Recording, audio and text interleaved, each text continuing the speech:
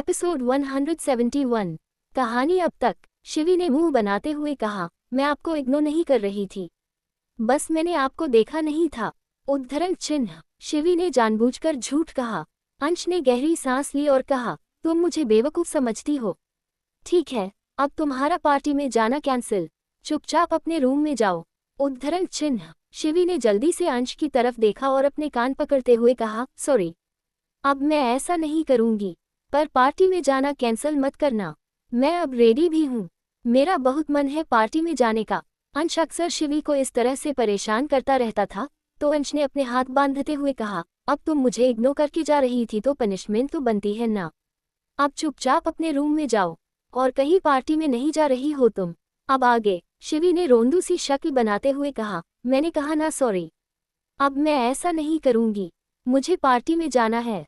मैं पहली बार शिवांश के साथ ऐसी पार्टी में जा रही हूँ। हालांकि शिवी एक बार पहले भी पार्टी में गई थी, पर तब शिवांश शिवी से नफरत करता था, लेकिन ये पहली पार्टी थी जहां पर शिवांश उसे अपने साथ दिल से ले जाना चाहता था। और अब शिवी उसकी पत्नी होने की हैसियत से इस पार्टी में शामिल होने वाली थी, और इस पार्टी को लेकर वो बहुत एक्साइटेड भी थी। उद्धरण चिन्ह। तो अंश ने कहा, ठीक है, पहले कान पकड़कर मुझसे 3 बार सॉरी बोलो। उद्धरण चिन्ह। शिवी ने अपने कान पकड़े हुए ही 3 बार सॉरी बोला, तब जाकर अंश ने कहा, ठीक है, अब तुम जाओ, और आइंदा से मुझे ऐसे इग्नोर करके मत जाना, समझी। उद्धरण चिन्ह। शिवी ने धीरे से अपना सिर हाँ में हिलाया और वहां से चली गई। शिवी के जाते ही अंश एकदम ठहाका लगाकर हंस पड़ा। उसने मुश्किल से अपनी हंसी कंट्रोल करते हुए कहा, ये लड़की पूरी सिली है, मेरे जरा से मजाक को भी नहीं समझती है। इसे बेवकूफ बनाना बहुत आसान है। उद्धरण चिन्ह। तभी शिवांश की आवाज उसके कानों में आई, मेरी बीवी को परेशान करना बंद करो अंश, तुम हमेशा उसके साथ ऐसा बिहेव क्यों करते हो। उद्धरण चिन्ह। अंश ने हंसते हुए शिवांश की तरफ देखा और कहा, क्योंकि जब तुम्हारी बीवी मेरी डांट खाकर क्यूट से एक्सप्रेशन बनाती है ना, तब मुझे उसकी शक्ल देखकर बड़ा मजा आता है। उद्धरण चिन्ह। शिवांश अब तक अंश के सामने आकर खड़ा हुआ और कहा, उसके क्यूट एक्सप्रेशन देखने के लिए, इसका मतलब ये नहीं है कि तुम उसे डांटते रहोगे, बेकार में उस बेचारी को डरा देते हो। उद्धरण चिन्ह। अंश ने मुस्कुराते हुए कहा, वैसे मेरे भाई, अगर तुम्हें पता हो तो तुम्हारी बीवी को कई जगह पर मैंने ही प्रोटेक्ट किया है, समझे ना।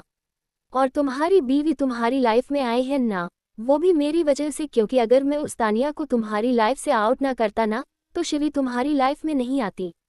और शिवी को मैंने ही कहा था तुमसे शादी करने के लिए। उद्धरण चिन्ह। शिवांश को कुछ दिनों पहले ही पता चला था कि अंश ने ही शिवी की शादी शिवांश के साथ करने की प्लानिंग की थी, और तानिया को भी धमकाकर उसने यहाँ से बाहर भेज दिया था। शिवांश ने अपना सिर हिलाते हुए कहा, इस बात का एहसान सारी जिंदगी मानूंगा तुम्हारा। अब तो ठीक है ना। उद्धरण चिन्ह। अंश ने भी एटीट्यूड से कहा, वो तो मानना पड़ेगा, वरना अब तक तुम उस चुड़ैल तानिया के साथ रह रहे होते, और शिवी जैसी इतनी अच्छी लड़की तुम्हारी लाइफ में ना होती। उद्धरण चिन्ह। शिवांश ने अपना सिर झटका और कहा, तुमसे जीतना मेरे बस की बात नहीं अंश। उद्धरण चिन्ह। कहकर शिवांश भी वहां से आगे बढ़ गया। शिवांश के जाते ही अंश ने मुस्कुराते हुए कहा, अंश खुराना को अंश खुराना के अलावा कोई नहीं जान सकता है, न ही समझ सकता है, जीतना तो बहुत दूर की बात है। कहकर अंश जैसे ही पलटा, तभी उसे अपने सामने हीर खड़ी हुई नजर आई, जो अपनी कमर पर दोनों हाथ रखे हुए गुस्से से अपनी भौहें सिकुड़े हुए अंश को घूर रही थी। अंश ने अपनी एक आईब्रो चढ़ाते हुए पूछा, अब तुम्हें क्या हुआ, ऐसे एंग्री बर्ड बनी क्यों खड़ी हो। उद्धरण चिन्ह। अंश की बात सुनकर हीर अंश के और करीब आए और अपना सिर उठाकर अंश को और भी ज्यादा गुस्से से घूरने लगी। अंश की हाइट काफी अच्छी थी और हीर की हाइट अंश से बहुत कम थी, इसलिए जहां अंश सिर झुकाए हीर की आंखों में देख रहा था, और वहीं हीर अपनी आंखों में गुस्सा लिए सर उठाए अंश को देख रही थी। अंश ने फिर से पूछा, अब बोल भी रही हो कि नहीं। उद्धरण चिन्ह। हीर ने ऐसे ही गुस्से वाले लहजे में कहा, 5 घंटे पहले आपको फोन किया था और कुछ कहा था, याद कीजिए, क्या कहा था। उद्धरण चिन्ह। अंश ने याद करने की कोशिश की, पर उसे याद ही नहीं आया। दरअसल वो उस वक्त एक मीटिंग में बिजी था। अंश ने कहा, क्या कहा था, मुझे तो कुछ भी याद नहीं है। उद्धरण चिन्ह। हीर ने अपने हाथ बांधते हुए कहा, अंश, मैंने आपको घर आने के लिए कहा था कि मुझे आपसे जरूरी बात करनी है, पर आप अब जाकर घर आ रहे हैं। देखो टाइम कितना हो रहा है, पूरे 8 बजे बज गए। उद्धरण चिन्ह। अंश ने अपना सिर ना में हिलाते हुए कहा, तो कौन सी आफत आ गई, कौन सा भूचाल आ गया था। उद्धरण चिन्ह। फिर हीर की कमर पकड़ उसे अपने साथ ले जाते हुए कहा, अब मैं आ गया हूं ना। बताओ, क्या हुआ है ऐसा जिसके बारे में तुम मुझसे बात करना चाह रही थी? उद्धरण चिन्ह। हीर अंश की बात सुन तो रही थी, पर अंश का हाथ बार बार अपनी कमर से हटाने की कोशिश कर रही थी। उसे बहुत ही ज्यादा गुस्सा आ रहा था, पर वो जितना हाथ हटाने की कोशिश कर रही थी, अंश की पकड़ उसकी कमर पर और भी कसती गई। अंश ने सिर घुमाकर हीर की तरफ देखा, जिसका ध्यान अंश का हाथ अपनी कमर से हटाने पर था, तो अंश ने अपनी आइज रोल की और झटके से हीर को अपनी गोद में उठा लिया। अंश ने ये इतनी जल्दी किया था कि हीर एकदम हैरानी भरी आंखों से अंश को देखने लगी। फिर अंश के सीने पर मारते हुए कहा, आप कुछ भी काम आराम से नहीं कर सकते हैं क्या? एकदम से डरा देते हैं मुझे। उद्धरण चिन्ह। अंश ने अब हीर के चेहरे की तरफ देखा और अपनी आंखें छोटी कर कहा, तुम मुझे मार रही हो? क्या इतनी हिम्मत हो गई है तुम्हारी? उद्धरण चिन्ह। अंश ने जानबूझकर ये बात थोड़े गुस्से भरे लहजे में कही थी, जिससे हीर के दोनों छोटे हाथ, जो अंश के मस्कुल सीने पर मुंह के बरसाए जा रहे थे, वो अचानक से रुक गए। उसने अपना सिर अंश के सीने में छुपाते हुए कहा, फिर आप मुझे गुस्सा क्यों दिलाते हो? अंश ने अपने कदम अपने रूम की तरह बढ़ाते हुए कहा, अगर मैं तुम्हें गुस्सा दिलाऊंगा तो तुम मुझे मारोगी। उद्धरण चिन्ह। हीर ने अपना सिर अंश के सीने में छुपाए हुए ही कहा, नहीं, पर मुझे गुस्सा आ जाता है ना कभी कभी, तो बस ऐसे ही, सॉरी। उद्धरण चिन्ह। अब तक अंश उसे रूम में ले आया था। उसने अपने पैर से रूम का डोर बंद किया और उसे लेकर सोफे पर बैठते हुए कहा, अब बताओ, क्या बात करनी थी? उद्धरण चिन्ह। अंश की बात सुनकर हीर ने वापस अंश की तरफ देखते हुए कहा, आपको पता है, आज रिया, मैं, शिवी और सिम्मी चारों ना मॉल गए थे, और वहां पर ना विराज ने रिया को वापस पकड़ लिया, उसे जबरदस्ती अपने साथ ले गए। रिया तो जाना भी नहीं चाहती थी और हम सब ने उन्हें मना भी किया था कि रिया को ऐसे ना लेकर जाएं, पर उन्होंने हमारी सुनी ही नहीं और जबरदस्ती रिया को अपने साथ ले गए। उद्धरण चिन्ह। कहकर हीर अपनी बड़ी बड़ी पलकों को झपकाते हुए अंश को देख रही थी। उसे लग रहा था कि अंश इस बात पर बहुत गुस्सा होगा और खुद विराज के घर जाकर रिया को वापस खुराना मेंशन लेकर आएगा। पर अंश का रिएक्शन इससे उलट ही था। उसने बहुत ही नॉर्मल वे में कहा, हाँ तो वो उसकी बीवी है ना, अपने साथ तो ले ही जाएगा। भला कोई अपनी बीवी को किसी और के घर में क्यों छोड़ेगा? अब तुम अगर किसी के घर में रूठ कर चली जाओगी तो क्या मैं तुम्हें रहने दूंगा? जबरदस्ती उठाकर नहीं ले आऊंगा। अंश की बात सुनकर हीर का मुंह खुला का खुला रह गया। उसने कहा, आप इतनी आसानी से ये बात कैसे कर सकते हैं? आपको पता है ना रिया यहाँ पर क्यों आई थी? उद्धरण चिन्ह। अंश ने एक बार फिर लापरवाही से कहा, अरे, अपने हस्बैंड से नाराज होकर आई थी। अब उसका हस्बैंड उसे साथ में ले गया है तो उसे मना भी लेगा ना। तुम क्यों इतनी फिक्र कर रही हो? तुम बस मेरी फिक्र करो। तुम्हारा हस्बैंड थका हुआ घर आया है, पर ये नहीं कि थोड़ी उसकी सेवा पर ध्यान दूं। आते ही लगी सवाल जवाब करने। उद्धरण चिन्ह। कहकर अंश ने कसकर हीर को अपने सीने से लगाते हुए कहा, मैं इस वक्त बहुत लो फील कर रहा हूँ। तुम्हें नहीं लगता है कि मुझे एनर्जी देने के लिए कुछ करना चाहिए? अंश ने जैसे झटके से हीर को अपने सीने से लगाया, हीर की आंखें बड़ी हो गई। उसने फिर मन ही मन कहा, मैं भी किसे कह रही हूँ रिया का साथ देने के लिए, जबकि ये तो खुद भी ऐसे ही हैं। क्या सारे हस्बैंड ऐसे ही होते हैं? उद्धरण चिन्ह। अभी हीर मन ही मन ये सोच ही रही थी कि अंश का हाथ हीर की बैक से ऊपर की तरफ जाते हुए हीर के बालों में आया और उसने कसकर हीर के बालों को पकड़कर उसका चेहरा अपने सामने किया और कहा, मैंने कुछ कहा, तुमने सुना नहीं? हीर ने पूछा, क्या कहा? उद्धरण चिन्ह। तो अंश ने कहा, मैंने कहा, मुझे बहुत लो फील हो रहा है, तो मुझे थोड़ी एनर्जी की जरूरत है। तो हीर ने कहा, तो क्या मैं आपके लिए एनर्जी ड्रिंक लेकर आऊं? उद्धरण चिन्ह। अंश ने अपना सिरनामे हिलाते हुए कहा, बेवकूफ लड़की, इतना भी नहीं समझती हो? तुम्हें कितना कुछ सिखाना पड़ेगा मुझे। हीर ने कुछ कहने के लिए अपना मुंह खोला ही था कि अंश ने उसके होठों को अपने होठों से ब्लॉक कर दिया और हीर की बात उसके मुंह में ही रह गई। अब इसको समझ आया कि अंश किस एनर्जी की बात कर रहा था। कुछ पल के लिए हीर की भौहें हल्की सी सिकुड़ी, फिर उसने अपनी आंखें बंद कर ली। योजक चिन्ह। विराज का मेंशन। विराज डाइनिंग हॉल में चेयर पर बैठे हुए अपना डिनर कर रहा था। उसके पास में ही मेड खड़ी हुई थी। विराज ने जब रिया को नीचे आते हुए नहीं देखा तो मेड से पूछा, ये रिया क्यों नहीं आई है? क्या उसे डिनर नहीं करना है? उद्धरण चिन्ह। तो मेड ने जवाब हुए कहा, बॉस, हम उन्हें बुलाने गए थे पर उन्होंने मना कर दिया। कह रही थी कि उन्होंने सौगंध खाई है कि इस घर का अन्न का एक दाना भी नहीं खाएंगी। विराज ने तिरछी स्माइल के साथ कहा, अच्छा तो ठीक है, उसे सौगंध से ही पेट भरने दो। उद्धरण चिन्ह। विराज वापस अपना डिनर करने लगा। वहीं रिया अपने रूम में बैठी हुई बेचैनी से अपने पेट को पकड़े हुए बोली, हे भगवान, मुझे इतनी तेज भूख लग रही है। रिया, तू सौगंध कल से खा लेती और आज तो भरपेट खाना खा लेती ना। उस विराज को देखो, एक बार भी मुझसे पूछने तक नहीं आया है। पर अब मैं किस मुंह से जाऊं नीचे खाना खाने के लिए? अगर मैं गई तो वो मेरा मजाक उड़ाएगा। उद्धरण चिन्ह। सोचकर रिया ने कुशन पकड़ा और ऐसे ही बेड पर लुढ़क गई। उसे भूखे मारे पेट में दर्द हो रहा था।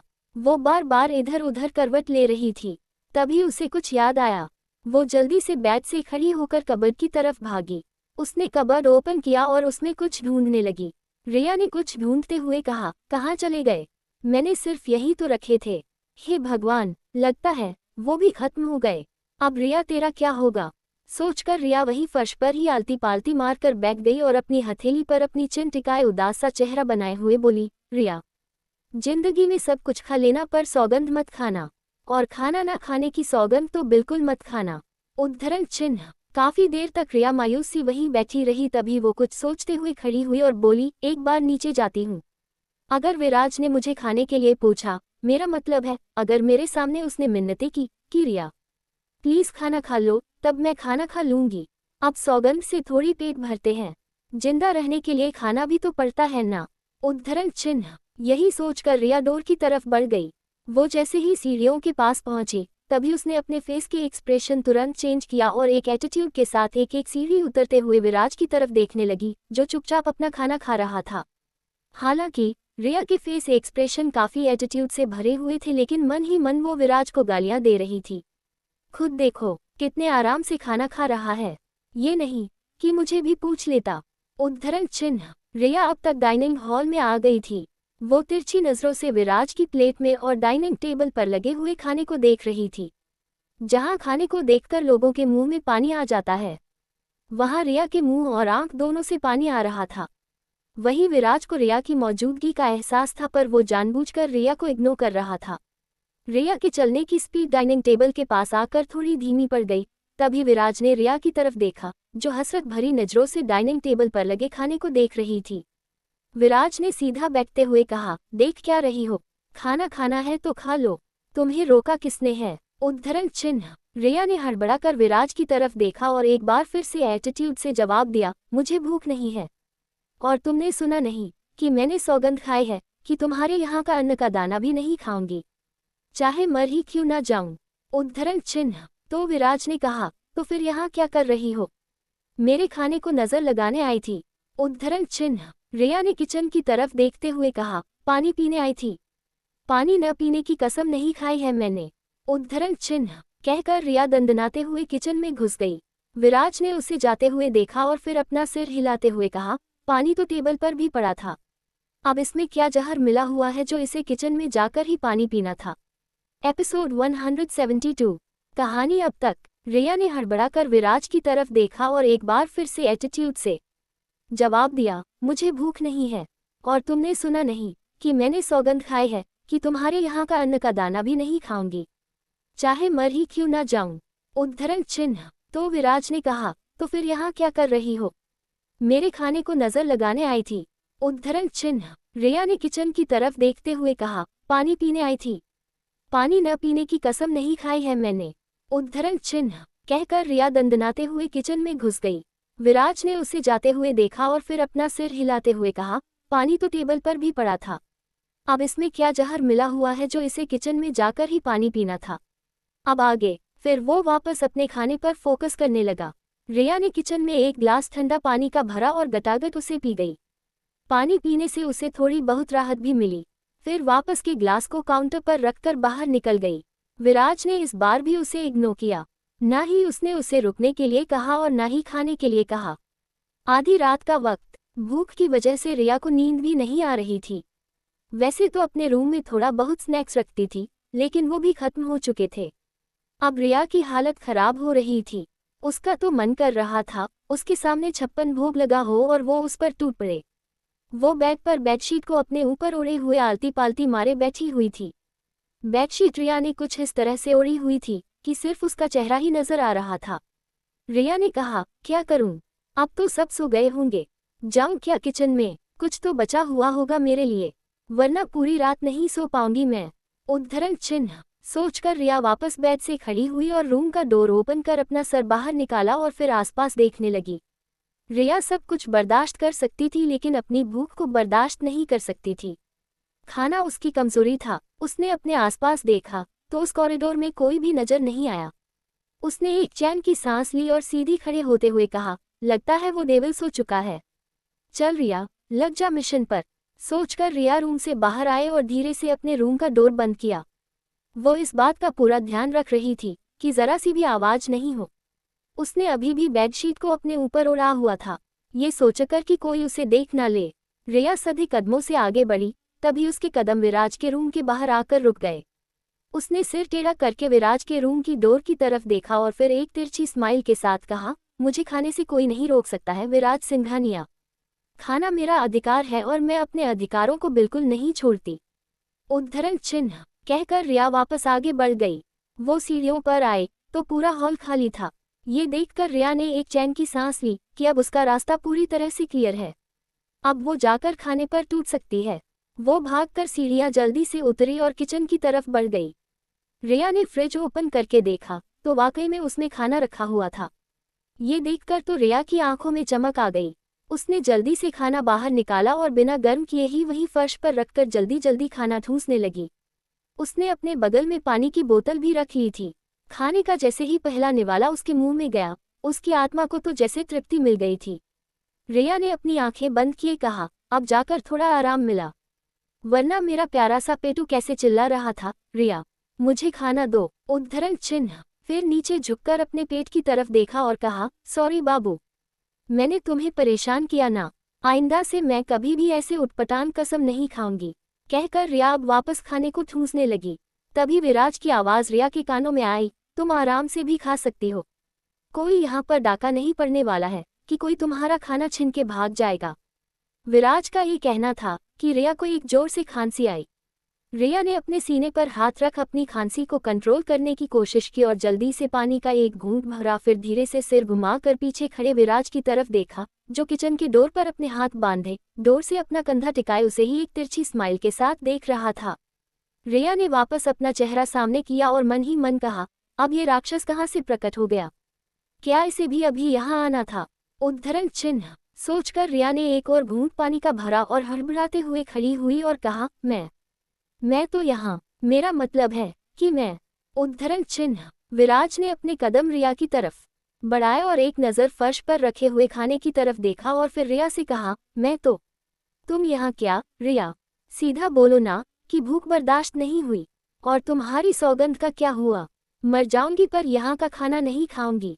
उद्धरण चिन्ह विराज ने लास्ट की बात रिया की स्टाइल में कही तो रिया ने अपनी नज़र दूसरी तरफ करते हुए कहा, मैं तो यहाँ पानी पीने आई थी और पानी न पीने की कसम थोड़ी खाई है मैंने। वो तो मैंने देखा फ्रिज में इतना सारा खाना पड़ा था तो मुझे लगा कल सुबह ये खाना डस्टबिन में डाल दिया जाएगा। इससे अच्छा मैं ही खाने को खा लेती हूँ। खाना फेंकना पाप होता है ना, और मैं पाप नहीं करती हूँ। विराज ने अपनी दोनों भौहें चढ़ाते हुए कहा, रिया, तुमने तो ठेका ले रखा है ना पूरी दुनिया में पुण्य कमाने का। तुम जैसी झूठी लड़की मैंने अपनी पूरी लाइफ में नहीं देखी। अब खाना खाना है तो खाओ, इतना ड्रामा क्यों कर रही हो? उद्धरण चिन्ह कहकर विराज फ्रिज की तरफ बढ़ गया। दरअसल विराज किचन में पानी पीने ही आया था। रिया ने उसे मुंह बनाकर देखा और वापस फर्श पर बैठ गई और मन ही मन कहा, अब खाना खाते हुए देख तो लिया है इसने, तो रिया भरपेट खाना खाना, अब इसे जो सोचना है सोचे। उद्धरण चिन्ह कहकर रिया वापस खाने को खाने लगी।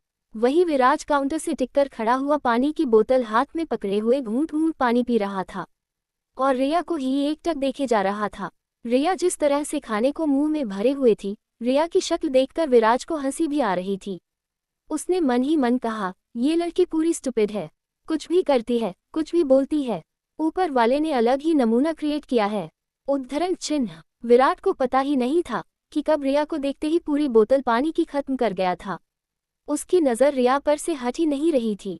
पता नहीं क्यों रिया को वापस मेंशन में देखकर जैसे उसे इस वक्त जैसे एक सुकून सा फील हो रहा था, वरना एक दिन में ही उसे ऐसा लगा था जैसे उसकी लाइफ से कुछ अधूरा हो गया हो।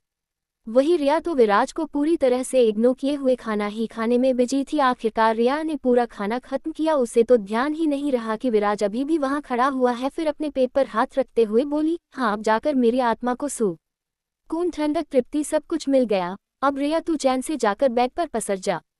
एपिसोड 173। कहानी अब तक। शिवी ने मुंह बनाते हुए कहा, मैं आपको इग्नोर नहीं कर रही थी, बस मैंने आपको देखा नहीं था। उद्धरण चिन्ह। शिवी ने जानबूझकर झूठ कहा। अंश ने गहरी सांस ली और कहा, तुम मुझे बेवकूफ समझती हो। ठीक है, अब तुम्हारा पार्टी में जाना कैंसिल, चुपचाप अपने रूम में जाओ। उद्धरण चिन्ह। शिवी ने जल्दी से अंश की तरफ देखा और अपने कान पकड़ते हुए कहा, सॉरी, अब मैं ऐसा नहीं करूंगी, पर पार्टी में जाना कैंसिल मत करना। मैं अब रेडी भी हूँ, मेरा बहुत मन है पार्टी में जाने का। अंश अक्सर शिवी को इस तरह से परेशान करता रहता था, तो अंश ने अपने हाथ बांधते हुए कहा, अब तुम मुझे इग्नोर करके जा रही थी तो पनिशमेंट तो बनती है ना। अब चुपचाप अपने रूम में जाओ, और कहीं पार्टी में नहीं जा रही हो तुम। अब आगे। शिवी ने रोंदू सी शक्ल बनाते हुए कहा, मैंने कहा ना सॉरी, अब मैं ऐसा नहीं करूंगी, मुझे पार्टी में जाना है। मैं पहली बार शिवांश के साथ ऐसी पार्टी में जा रही हूँ। हालांकि शिवी एक बार पहले भी पार्टी में गई थी, पर तब शिवांश शिवी से नफरत करता था, लेकिन ये पहली पार्टी थी जहां पर शिवांश उसे अपने साथ दिल से ले जाना चाहता था, और अब शिवी उसकी पत्नी होने की हैसियत से इस पार्टी में शामिल होने वाली थी, और इस पार्टी को लेकर वो बहुत एक्साइटेड भी थी। उद्धरण चिन्ह। तो अंश ने कहा, ठीक है, पहले कान पकड़कर मुझसे 3 बार सॉरी बोलो। उद्धरण चिन्ह। शिवी ने अपने कान पकड़े हुए ही 3 बार सॉरी बोला। तब जाकर अंश ने कहा, ठीक है, अब तुम जाओ, और आइंदा से मुझे ऐसे इग्नोर करके मत जाना, समझी। उद्धरण चिन्ह। शिवी ने धीरे से अपना सिर हाँ में हिलाया और वहां से चली गई। शिवी के जाते ही अंश एकदम ठहाका लगाकर हंस पड़ा। उसने मुश्किल से अपनी हंसी कंट्रोल करते हुए कहा, ये लड़की पूरी सिली है, मेरे जरा से मजाक को भी नहीं समझती है, इसे बेवकूफ बनाना बहुत आसान है। उद्धरण चिन्ह। तभी शिवांश की आवाज उसके कानों में आई, मेरी बीवी को परेशान करना बंद करो अंश, तुम हमेशा उसके साथ ऐसा बिहेव क्यों करते हो। उद्धरण चिन्ह। अंश ने हंसते हुए शिवांश की तरफ देखा और कहा, क्योंकि जब तुम्हारी बीवी मेरी डांट खाकर क्यूट से एक्सप्रेशन बनाती है ना, तब मुझे उसकी शक्ल देखकर बड़ा मजा आता है। उद्धरण चिन्ह। शिवांश अब तक अंश के सामने आकर खड़ा हुआ और कहा, उसके क्यूट एक्सप्रेशन देखने के लिए, इसका मतलब ये नहीं है कि तुम उसे डांटते रहोगे, बेकार में उस बेचारी को डरा देते हो। उद्धरण चिन्ह। अंश ने मुस्कुराते हुए कहा, वैसे मेरे भाई, अगर तुम्हें पता हो तो तुम्हारी बीवी को कई जगह पर मैंने ही प्रोटेक्ट किया है, समझे ना। और तुम्हारी बीवी तुम्हारी लाइफ में आई है ना, वो भी मेरी वजह से, क्योंकि अगर मैं उस तानिया को तुम्हारी लाइफ से आउट ना करता ना, तो शिवी तुम्हारी लाइफ में नहीं आती, और शिवी को मैंने ही कहा था तुमसे शादी करने के लिए। उद्धरण चिन्ह। शिवांश को कुछ दिनों पहले ही पता चला था कि अंश ने ही शिवी की शादी शिवांश के साथ करने की प्लानिंग की थी, और तानिया को भी धमकाकर उसने यहाँ से बाहर भेज दिया था। शिवांश ने अपना सिर हिलाते हुए कहा, इस बात का एहसान सारी जिंदगी मानूंगा तुम्हारा, अब तो ठीक है ना। उद्धरण चिन्ह। अंश ने भी एटीट्यूड से कहा, वो तो मानना पड़ेगा, वरना अब तक तुम उस चुड़ैल तानिया के साथ रह रहे होते, और शिवी जैसी इतनी अच्छी लड़की तुम्हारी लाइफ में ना होती। उद्धरण चिन्ह। शिवांश ने अपना सिर झटका और कहा, तुमसे जीतना मेरे बस की बात नहीं अंश। उद्धरण चिन्ह। कहकर शिवांश भी वहां से आगे बढ़ गया। शिवांश के जाते ही अंश ने मुस्कुराते हुए कहा, अंश खुराना को अंश खुराना के अलावा कोई नहीं जान सकता है, न ही समझ सकता है, जीतना तो बहुत दूर की बात है। कहकर अंश जैसे ही पलटा, तभी उसे अपने सामने हीर खड़ी हुई नजर आई, जो अपनी कमर पर दोनों हाथ रखे हुए गुस्से से अपनी भौहें सिकुड़े हुए अंश को घूर रही थी। अंश ने अपनी एक आईब्रो चढ़ाते हुए पूछा, अब तुम्हें क्या हुआ, ऐसे एंग्री बर्ड बनी क्यों खड़ी हो। उद्धरण चिन्ह। अंश की बात सुनकर हीर अंश के और करीब आए और अपना सिर उठाकर अंश को और भी ज्यादा गुस्से से घूरने लगी। अंश की हाइट काफी अच्छी थी और हीर की हाइट अंश से बहुत कम थी, इसलिए जहां अंश सिर झुकाए हीर की आंखों में देख रहा था, और वहीं हीर अपनी आंखों में गुस्सा लिए सर उठाए अंश को देख रही थी। अंश ने फिर से पूछा, अब बोल भी रही हो कि नहीं। उद्धरण चिन्ह। हीर ने ऐसे ही गुस्से वाले लहजे में कहा, 5 घंटे पहले आपको फोन किया था और कुछ कहा था, याद कीजिए, क्या कहा था। उद्धरण चिन्ह। अंश ने याद करने की कोशिश की पर उसे याद ही नहीं आया। दरअसल वो उस वक्त एक मीटिंग में बिजी था। अंश ने कहा, क्या कहा था, मुझे तो कुछ भी याद नहीं है।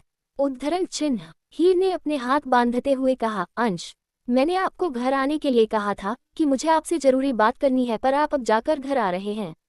देखो टाइम कितना हो रहा है, पूरे 8 बजे बज गए। उद्धरण चिन्ह। अंश ने अपना सिरनामे हिलाते हुए कहा, तो कौन सी आफत आ गई? कौन सा भूचाल आ गया था? उद्धरण चिन्ह। फिर हीर की कमर पकड़ उसे अपने साथ ले जाते हुए कहा, अब मैं आ गया हूं ना। बताओ, क्या हुआ है ऐसा जिसके बारे में तुम मुझसे बात करना चाह रही थी? उद्धरण चिन्ह। हीर अंश की बात सुन तो रही थी, पर अंश का हाथ बार बार अपनी कमर से हटाने की कोशिश कर रही थी। उसे बहुत ही ज्यादा गुस्सा आ रहा था, पर वो जितना हाथ हटाने की कोशिश कर रही थी, अंश की पकड़ उसकी कमर पर और भी कसती गई। अंश ने सिर घुमाकर हीर की तरफ देखा, जिसका ध्यान अंश का हाथ अपनी कमर से हटाने पर था, तो अंश ने अपनी आइज रोल की और झटके से हीर को अपनी गोद में उठा लिया। अंश ने ये इतनी जल्दी किया था कि हीर एकदम हैरानी भरी आंखों से अंश को देखने लगी। फिर अंश के सीने पर मारते हुए कहा, आप कुछ भी काम आराम से नहीं कर सकते हैं क्या? एकदम से डरा देते हैं मुझे। उद्धरण चिन्ह। अंश ने अब हीर के चेहरे की तरफ देखा और अपनी आंखें छोटी कर कहा, तुम मुझे मार रही हो? क्या इतनी हिम्मत हो गई है तुम्हारी? उद्धरण चिन्ह। अंश ने जानबूझकर ये बात थोड़े गुस्से भरे लहजे में कही थी, जिससे हीर के दोनों छोटे हाथ, जो अंश के मस्कुल सीने पर मुंह के बरसाए जा रहे थे, वो अचानक से रुक गए। उसने अपना सिर अंश के सीने में छुपाते हुए कहा, फिर आप मुझे गुस्सा क्यों दिलाते हो?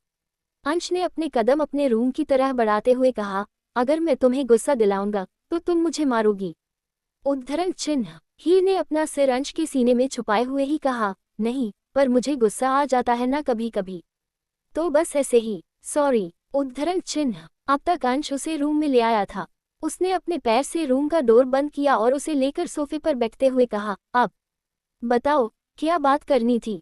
उद्धरण चिन्ह। अंश की बात सुनकर हीर ने वापस अंश की तरफ देखते हुए कहा, आपको पता है, आज रिया, मैं, शिवी और सिम्मी चारों ना मॉल गए थे, और वहां पर ना विराज ने रिया को वापस पकड़ लिया, उसे जबरदस्ती अपने साथ ले गए।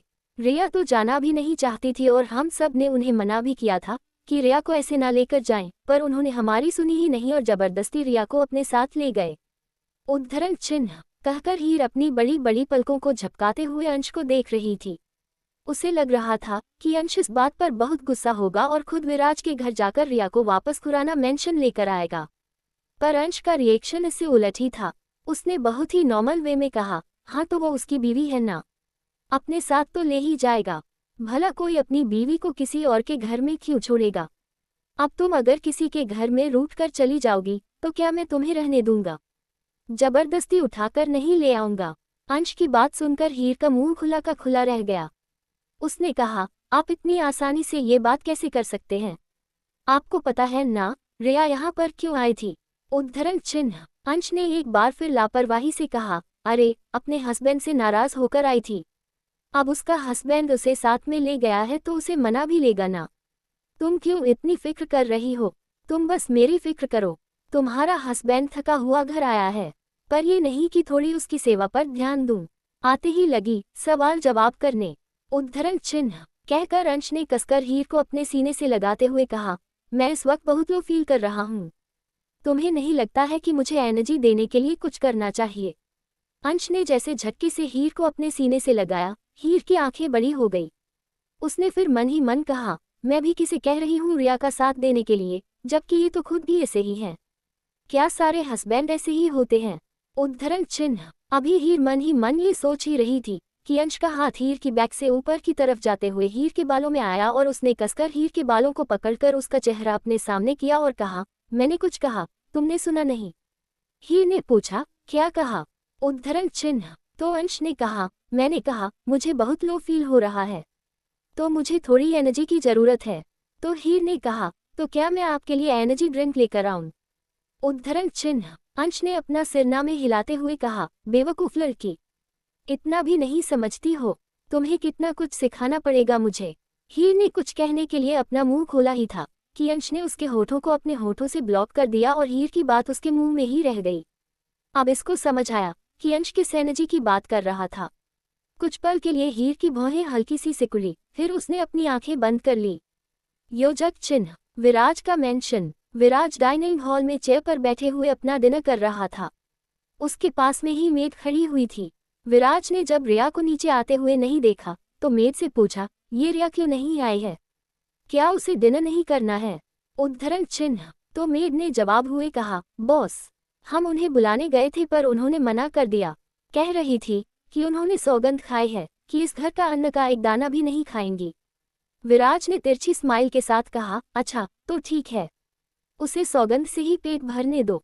उद्धरण चिन्ह। विराज वापस अपना डिनर करने लगा। वहीं रिया अपने रूम में बैठी हुई बेचैनी से अपने पेट को पकड़े हुए बोली, हे भगवान, मुझे इतनी तेज भूख लग रही है।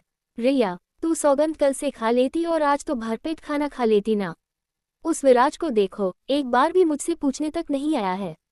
पर अब मैं किस मुंह से जाऊं नीचे खाना खाने के लिए? अगर मैं गई तो वो मेरा मजाक उड़ाएगा। उद्धरण चिन्ह। सोचकर रिया ने कुशन पकड़ा और ऐसे ही बेड पर लुढ़क गई। उसे भूखे मारे पेट में दर्द हो रहा था। वो बार बार इधर उधर करवट ले रही थी। तभी उसे कुछ याद आया। वो जल्दी से बेड से खड़ी होकर कबर्ड की तरफ भागी। उसने कबर्ड ओपन किया और उसमें कुछ ढूंढने लगी। रिया ने कुछ ढूंढते हुए कहा, कहाँ चले गए? मैंने सिर्फ यही तो रखे थे। हे भगवान, लगता है वो भी खत्म हो गए। अब रिया तेरा क्या होगा? सोचकर रिया वही फर्श पर ही आलती पालती मारकर बैठ गई और अपनी हथेली पर अपनी चिन टिकाए उदास सा चेहरा बनाए हुए बोली, रिया, जिंदगी में सब कुछ खा लेना पर सौगंध मत खाना, और खाना ना खाने की सौगंध तो बिल्कुल मत खाना। उद्धरण चिन्ह। काफी देर तक रिया मायूस सी वहीं बैठी रही। तभी वो कुछ सोचते हुए खड़ी हुई और बोली, एक बार नीचे जाती हूँ। अगर विराज ने मुझे खाने के लिए पूछा, मेरा मतलब है अगर मेरे सामने उसने मिन्नतें की कि रिया प्लीज खाना खा लो, तब मैं खाना खा लूंगी। अब सौगंध से थोड़ी पेट भरते हैं, जिंदा रहने के लिए खाना भी तो पड़ता है ना। उद्धरण चिन्ह। यही सोचकर रिया डोर की तरफ बढ़ गई।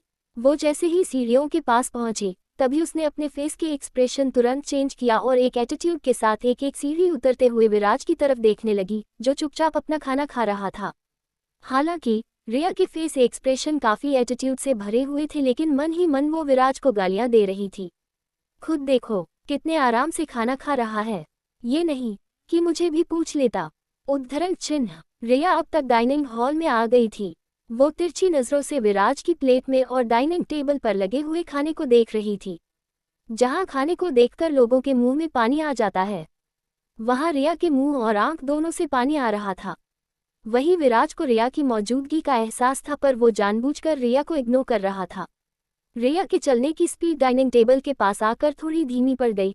तभी विराज ने रिया की तरफ देखा, जो हसरत भरी नजरों से डाइनिंग टेबल पर लगे खाने को देख रही थी। विराज ने सीधा बैठते हुए कहा, देख क्या रही हो, खाना खाना है तो खा लो, तुम्हें रोका किसने है? उद्धरण चिन्ह। रिया ने हड़बड़ाकर विराज की तरफ देखा और एक बार फिर से एटीट्यूड से जवाब दिया, मुझे भूख नहीं है। और तुमने सुना नहीं कि मैंने सौगंध खाई है कि तुम्हारे यहाँ का अन्न का दाना भी नहीं खाऊंगी, चाहे मर ही क्यों ना जाऊं। उद्धरण चिन्ह। तो विराज ने कहा, तो फिर यहाँ क्या कर रही हो? मेरे खाने को नजर लगाने आई थी। उद्धरण चिन्ह। रिया ने किचन की तरफ देखते हुए कहा, पानी पीने आई थी। पानी न पीने की कसम नहीं खाई है मैं ने। उद्धरण चिन्ह। कहकर रिया दंदनाते हुए किचन में घुस गई। विराज ने उसे जाते हुए देखा और फिर अपना सिर हिलाते हुए कहा, पानी तो टेबल पर भी पड़ा था, अब इसमें क्या जहर मिला हुआ है जो इसे किचन में जाकर ही पानी पीना था। एपिसोड 174। कहानी अब तक। विराट को पता ही नहीं था कि कब रिया को देखते ही पूरी बोतल पानी की खत्म कर गया था। उसकी नज़र रिया पर से हट ही नहीं रही थी। पता नहीं क्यों रिया को वापस मेंशन में देखकर जैसे उसे इस वक्त जैसे एक सुकून सा फील हो रहा था, वरना एक दिन में ही उसे ऐसा लगा था जैसे उसकी लाइफ से कुछ अधूरा हो गया हो। वही रिया तो विराज को पूरी तरह से इग्नोर किए हुए खाना ही खाने में बिजी थी। आखिरकार रिया ने पूरा खाना खत्म किया। उसे तो ध्यान ही नहीं रहा कि विराज अभी भी वहां खड़ा हुआ है। फिर अपने पेट पर हाथ रखते हुए बोली, हाँ, जाकर मेरी आत्मा को सुकून, ठंडक, तृप्ति सब कुछ मिल गया। अब रिया तू चैन से जाकर बेड पर पसर जा। अब आगे। रिया खड़े होकर जैसे ही किचन से बाहर जाने वाली थी, तभी विराज ने सीधे खड़े होते हुए कहा, तुमने बताया नहीं तुम्हारी सौगंध का क्या हुआ? उद्धरण चिन्ह। विराज की बात सुनकर रिया के कदम रुक गए और उसने पलटकर विराज की तरफ देखा, फिर अपने हाथ बांधते हुए कहा, तुम अभी तक गए नहीं और यहाँ कर क्या रहे हो? उद्धरण चिन्ह। विराज ने स्माइल करते हुए अपना सर हल्का सा नीचे झुकाया, फिर वापस रिया की तरफ देखते हुए अपने कदम उसकी तरफ बढ़ाते हुए कहा, पहले सवाल मैंने पूछा है तो मेरे ख्याल से जवाब तुम्हें देना चाहिए ना। उद्धरण चिन्ह। रिया ने अपनी नज़र दूसरी तरफ फेरते हुए कहा, तुम्हारे किसी भी सवाल का जवाब देना मैं जरूरी नहीं समझती हूँ। उद्धरण चिन्ह। विराज ने उसके चेहरे के आगे चुटकी बजाते हुए कहा, ओ हेलो, तुम मेरे मेंशन में रह रही हो तो तुम्हें मेरे सारे सवाल का जवाब देना जरूरी है, समझी? तो रिया ने विराज की तरफ देखा और एक फेक स्माइल के साथ कहा, तो मिस्टर विराज सिंघानिया, मैंने भी कोई हिमालय पर जाकर घोर तपस्या नहीं की थी कि मुझे इस विराज नाम के देवल के मेंशन में रहने को मिल जाए। तुम खुद मुझे उठाकर यहाँ लेकर आए हो, समझे? उद्धरण चिन्ह। कहकर रिया जैसे ही जाने लगी, विराज ने उसका हाथ पकड़कर उसे अपनी तरफ खींचा। रिया विराज के बहुत करीब खड़ी थी और गुस्से से विराज को घूर रही थी, पर विराज को रिया की ना गुस्से से और ना ही ऐसे देखने से कोई फर्क पड़ रहा था। उसने अपना सिर झुकाए रिया की आंखों में देखा और कहा, जब तक मेरी बात का जवाब नहीं देती हो मैं तो तुम्हें यहाँ से नहीं जाने देने वाला। रिया ने कसकर अपनी आंख बंद की और अपनी मुट्ठियां भींचते हुए अपने गुस्से को कंट्रोल कर की कोशिश करने लगी। फिर वापस विराज की तरफ देखते हुए कहा, भूख लगी थी इसीलिए खाना खाने आई थी। और कुछ? विराज ने अपनी भौहें चढ़ाते हुए कहा, बस इतनी सी बात कहने के लिए इतना नाटक क्यों कर रही थी? वैसे जैसी तुम्हारी डाइट है उस हिसाब से तुम्हें देखकर लगता नहीं है कि तुम इतनी ज्यादा फूडी हो। कहते हुए विराज अजीब नजरों से रिया को ऊपर से नीचे तक देखने लगा, जिससे रिया थोड़ी अनकंफर्टेबल फील करने लगी। उसने कहा, तुम्हारे कहने का मतलब क्या है? उद्धरण चिन्ह। तो विराज ने रिया के चेहरे के करीब आते हुए कहा, जैसे तुम्हारा ये सेक्सी फिगर है ना, उसे देखकर मुझे नहीं लगता है कि तुम इतनी ज्यादा फूडी हो, वरना ऐसी फिगर वाली लड़कियां तो अपनी हेल्थ को लेकर और खासकर अपनी फिगर को लेकर बहुत ही कॉन्शियस होती हैं। विराज की बात सुनकर रिया ने चिढ़ते हुए कहा, मुझे सेक्सी कहना बंद करो, और तुम मुझे क्या इस नज़र से देखते हो? उद्धरण चिन्ह। विराज ने अपनी भौहें चढ़ाते हुए कहा, ऑफ कोर्स, तुम्हारा पति तो हूं ना, अब चाहे कॉन्ट्रैक्ट वाला ही सही, तो अपनी बीवी को उस नज़र से तो देख ही सकता हूं। उद्धरण चिन्ह। फिर एक तिरछी स्माइल के साथ कहा, वैसे तुम्हारे साथ एक रात बिताने के बाद तुम्हें इस नज़र से देखना तो बनता है ना रिया विराज सिंघानिया। विराज ने रिया का नाम पर जोर देते हुए कहा, जिससे रिया उससे कुछ कहने ही वाली थी, तभी विराज ने उसके होठों पर अपनी उंगली रखते हुए कहा, तुम्हें इतना गुस्सा क्यों आ रहा है रिया? मैं तुम्हारी तारीफ कर रहा हूँ, यकीन मानो, और लड़कियां तो मेरी की इस तारीफ पर मर मिटती हैं। रिया ने विराज का हाथ झटके से हटाते हुए कहा, हाँ, मैं भी मर ही ना जाऊं तुम्हारी तारीफ सुनकर, मुझे तो ये तारीफ ही जहर लग रही है। विराज ने रिया का हाथ छोड़ा और मुस्कुराते हुए कहा, तुम मानो या ना मानो, तुम्हारे ये गुलाबी होते गाल इस बात की गवाही दे रहे हैं, तुम्हें भी मेरी की गई तारीफ सुनकर कुछ तो फील हुआ है। कहकर विराज ने एक आई विंक की और अपने कदम आगे बढ़ा दिए।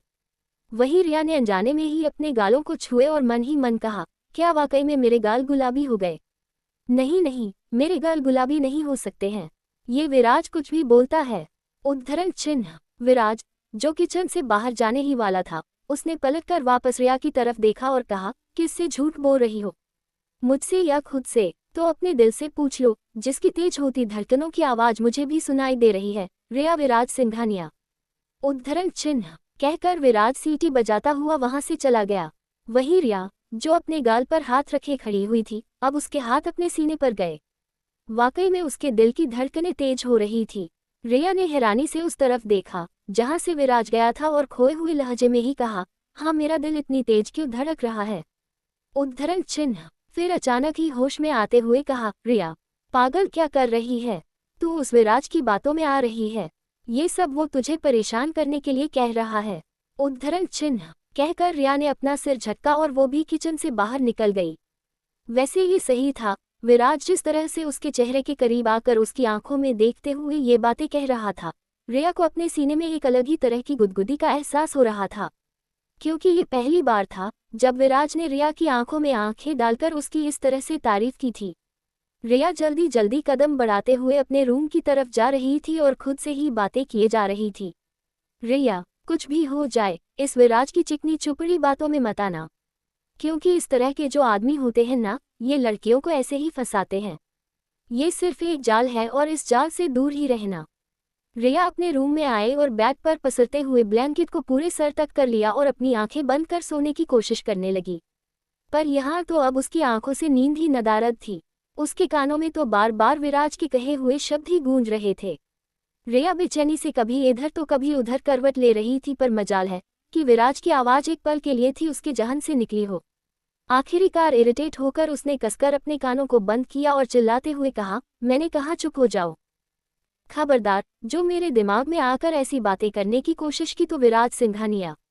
सोचकर रिया वापस पिलो पर लुढ़क गई और अपनी आंखें बंद कर ली। आखिरकार कड़ी मशक्कत के बाद रिया को नींद आ ही गई।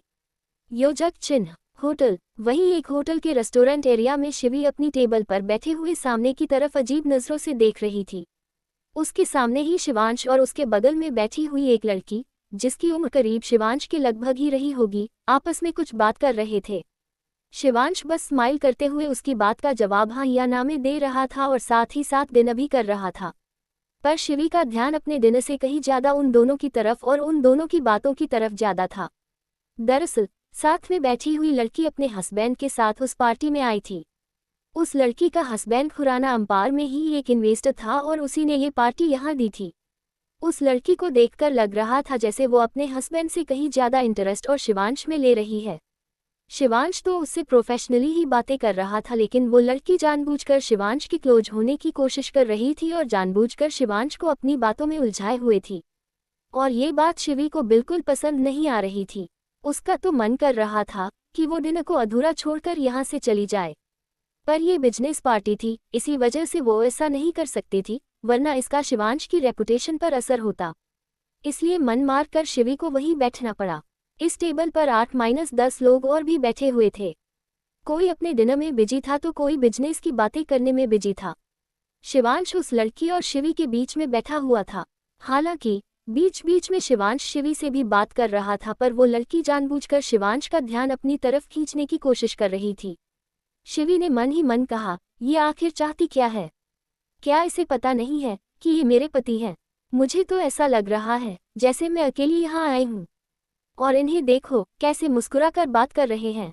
Pouting cat face. शिवी जितने उत्साह और उमंग के साथ इस पार्टी में आई थी, उसका उत्साह तो कहीं खोसा ही गया था। अब वो मुरझाए चेहरे के साथ चुपचाप अपना डिनर कर रही थी। उस लड़की ने शिवांश से कहा, शिवांश, क्या तुम मेरे साथ एक डांस करना चाहोगे? उद्धरण चिन्ह। शिवांश ने कहा, मिसेज रहेजा, मैं अगर आपके साथ डांस करूंगा तो आपके हस्बैंड को बुरा लग सकता है। बेहतर होगा कि आप इसके लिए अपने हस्बैंड से पूछिए। उद्धरण चिन्ह। तो उस लड़की ने जानबूझकर शिवांश के हाथ पर अपना हाथ रखते हुए कहा, डोंट वरी, मेरे हस्बैंड को बुरा नहीं लगेगा। वो इतनी छोटी सोच के नहीं है और उन्हें अच्छे से पता है कि मैं कैसी हूँ। शिवांश कुछ कहने ही वाला था, तब तक उस लड़की ने शिवांश का हाथ पकड़ा और उसे लगभग जबरदस्ती चेयर से खड़ा करते हुए बोली, अब प्लीज फालतू की बातों में टाइम वेस्ट मत करो। देखो ना, वहां पर मेरा फेवरेट सॉन्ग प्ले हो रहा है। उद्धरण चिन्ह। शिवांश का वाकई में मन नहीं था उस लड़की के साथ जाने का। इससे पहले कि वो कोई और बहाना बनाता, तब तक मिसेज रहेजा उसे अपने साथ जबरदस्ती खींच कर ले गई। शिवी तो हक्की बक्की सी ये सब देखते ही रह गई। अब तो उसकी पकड़ अपने हाथ में पड़े हुए स्पून पर और भी ज्यादा कस गई। उसका तो मन हुआ कि वो जाकर उस लड़की को धक्का देकर शिवांश से दूर कर दे और कहे कि ये मेरे पति हैं और ये मेरे अलावा किसी के साथ डांस नहीं करेंगे। पर यही बात शिवी अभी भी यही सोच रही थी कि यहाँ मौजूद और लोग क्या कहेंगे। मिसेज रहेजा शिवांश को अपने साथ फ्लो पर ले तो आई थी, पर शिवांश का मूड देखकर बिल्कुल नहीं लग रहा था कि वो उनके साथ डांस करने में जरा सा भी इंटरेस्टेड हो। वो बस बेमन से डांस की सटेप कर रहा था। वहीं मिसेज रहेजा तो शिवांश के साथ डांस करते हुए फूले नहीं समा रही थी। वो तो जानबूझकर डांस के बहाने शिवांश से चिपकने की कोशिश कर रही थी, जिससे शिवांश की फेस पर इरिटेशन वाले भाव साफ नजर आ रहे थे। तभी उसकी नज़र शिवी पर गई, जो गुस्से और जलन वाले भाव से बुरी तरह से उस लड़की को घूर रही थी। शिवांश उसके फेस एक्सप्रेशन देखकर समझ गया कि शिवी को बिल्कुल पसंद नहीं आ रहा शिवांश का उस लड़की के साथ डांस करना। जब शिवी की नज़र शिवांश की नज़रों से मिली तो शिवी ने गुस्से से अपनी नज़रें दूसरी तरफ फेर ली। शिवी को इतना ज़्यादा जेलेस होता देख उसके फेस पर स्माइल आ गई। उसे कहीं ना कहीं शिवी का ऐसे जेलेस होना बहुत अच्छा भी लग रहा था। अब वो जानबूझकर उस लड़की के साथ डांस कर रहा था, शिवी को और भी ज़्यादा जेलेस फील कराने के लिए। शिवांश को अब उस लड़की के साथ डांस करता देख शिवी की आंखों में नमी उतर आई। उसका तो मन कर रहा था कि वो जोर जोर से रोए और शिवांश से ढेर सारा झगड़ा भी करे। उसे वहां रुकना मुश्किल लग रहा था। वो नहीं चाहती थी कि उसकी आंखों में आए नमी को वहां मौजूद और लोग भी नोटिस करें, इसीलिए वो अपनी चेयर से खड़ी हुई और जैसे ही वहां से जाने लगी तभी शिवांश की आवाज़ सुनकर उसके कदम वहीं के वहीं रुक गए। शिवी ने पलटकर शिवांश की तरफ देखा। शिवांश ने अपने हाथ में एक माइक पकड़ा हुआ था और वो मुस्कुराते हुए शिवी की तरफ देख रहा था। शिवांश ने स्माइल करते हुए कहा, मुझे लगता है कि मेरी बीवी मुझसे थोड़ा नाराज हो गई है, तो उसे मनाने के लिए मैं उसके लिए एक प्यारा सा रोमांटिक सॉन्ग प्ले करने वाला हूँ। आई होप उसे ये पसंद आए।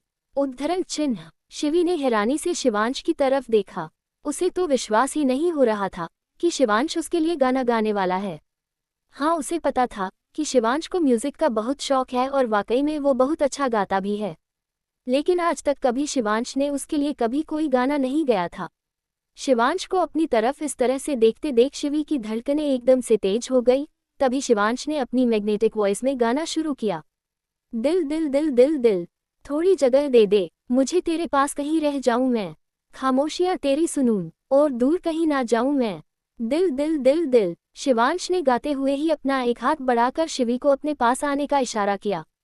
शिवी तो बिल्कुल हिप्नोटाइज होकर जैसे उसके गाने की हर बोल में खो सी गई थी। उसके कदम खुद ब खुद शिवांश की तरफ बढ़ गए। कोष्टक। दिल दिल दिल दिल, अपनी खुशी देके मैं तुझे, तेरे दर्द से जुड़ जाऊं मैं, मिला जो तू यहाँ मुझे, दिलाऊं मैं यकीन तुझे, रहूं हो कि तेरा सदा, बस इतना चाहता हूँ। दिल दिल दिल दिल। वहीं उस लड़की ने जब देखा कि अब तो उसकी यहाँ कोई जगह ही नहीं है, तो वो चुपचाप जाकर बैठ गई, क्योंकि उसे तो अपनी सारी कोशिशें नाकाम ही लग रही थी।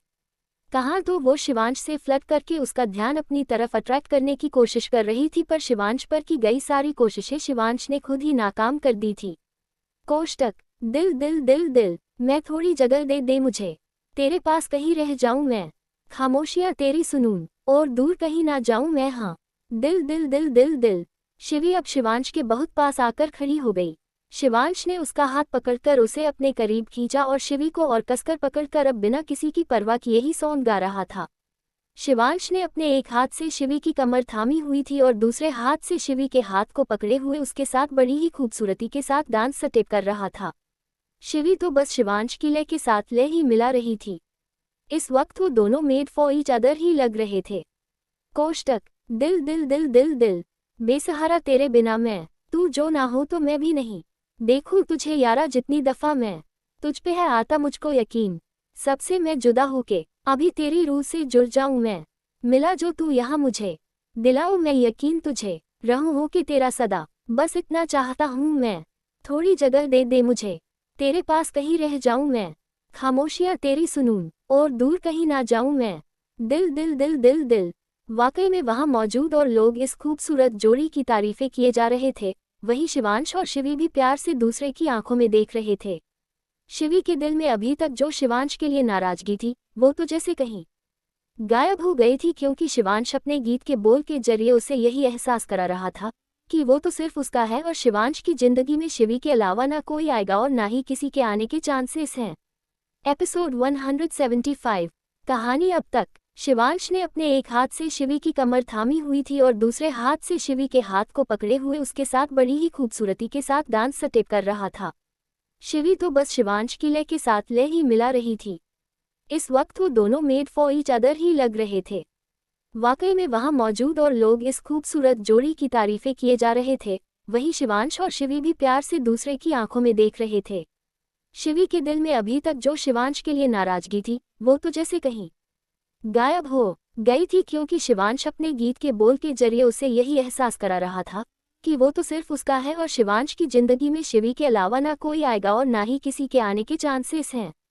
अब आगे। खुराना मेंशन। रात के करीब 1 बजे शिवी शिवांश के न्यूड सीने पर सर रखे और उसकी कमर पर अपनी बाह लपेटे हुए सुकून से सो रही थी। उसके लंबे बाल उसकी न्यूड पीठ पर बिखरे हुए थे। वहीं शिवांश ने अपने एक हाथ से शिवी की कमर को होल्ड किया हुआ था और हेड रेस्ट से टिक लगाए वो सिगरेट के कश ले रहा था। उसने एक नज़र शिवी के चेहरे की तरफ देखा। अपनी बीवी को सुकून से सोते हुए देखकर शिवांश के होठों पर स्माइल आ गई। उसने शिवी की कमर को थोड़ा टाइटली होल्ड किया और झुककर शिवी के बालों को चूम लिया। तभी उसके फोन की रिंग बजने लगी। शिवांश ने साइड टेबल पर रखे हुए अपने फोन की तरफ देखा और सिगरेट का एक लंबा कश लेने के बाद सिगरेट को एशट्रे में बुझाया और फोन को उठाकर उसकी स्क्रीन पर फ्लैश हो रहे अंश के नंबर को देखकर शिवांश के फेस एक्सप्रेशन थोड़े सीरियस हो गए। शिवांश ने फोन पिक किया और कान पर लगाते हुए कहा, तुम इतनी रात को फोन कर रहे हो? क्या तुम खुराना मेंशन में नहीं हो? उद्धरण चिन्ह। तो सामने से अंश ने कहा, नहीं, मैं खुराना मेंशन में नहीं हूँ। मैं तुम्हें एक एड्रेस सेंड कर रहा हूँ, जल्द से जल्द उस जगह पर पहुंचो। शिवांश ने कंफ्यूजन से पूछा, इस वक्त? उद्धरण चिन्ह। तो अंश ने कहा, हाँ इस वक्त। आप ज्यादा बात देर मत करो, जल्दी पहुंचो। उद्धरण चिन्ह। शिवांश ने अपना फोन डिस्कनेक्ट किया और एक बार फिर से शिवी की तरफ देखा। शिवी को इतना सुकून से सोते हुए देखकर उसका दिल नहीं चाहा कि वो उसकी नींद को खराब करे, इसलिए वो जितना हो सकता था उतना संभल कर उसने शिव को बेड पर लेटाया और जैसे ही उठने लगा तभी शिवी की नींदी सी आवाज उसके कान में आई। आप कहाँ जा रहे हो शिवांश? उद्धरण चिन्ह। शिवांश ने पलटकर शिवी की तरफ देखा, फिर झुककर उसके बालों को सहलाते हुए कहा, मुझे एक अर्जेंट काम के लिए जाना है। तुम सो जाओ, मैं जल्द ही आ जाऊंगा। उद्धरण चिन्ह। कहकर शिवांश ने फर्श पर पड़ी अपनी अपनी पैंट पहनी। शिवी ने जब सुना कि शिवांश इतनी रात को कहीं जा रहा है तो वो उठकर बैठ गई और उसने शिवांश से दोबारा पूछा, इतनी रात को? आप इतनी रात को कहाँ जाओगे? अब ऐसा कौन सा अर्जेंट काम है कि आपको इतनी रात को जाना पड़ रहा है? उद्धरण चिन्ह। शिवांश ने शिवी की तरफ मुस्कुराते हुए देखा और कहा, स्वीट हार्ट, काम बहुत अर्जेंट है, तुम फिक्र मत करो, मैं बहुत जल्द ही लौट आऊंगा। अब तुम सो जाओ और मेरा वेट मत करना। उद्धरण चिन्ह। शिवांश ने प्यार से शिवी की गाल को पिंच किया और वॉशरूम की तरफ बढ़ गया। शिवी ने खुद को बेडशीट से कवर किया और शिवांश को जाते हुए देखती रही, फिर मन ही मन कहा, कहीं कोई सीरियस बात तो नहीं है कि इन्हें अर्जेंट जाना पड़ रहा है।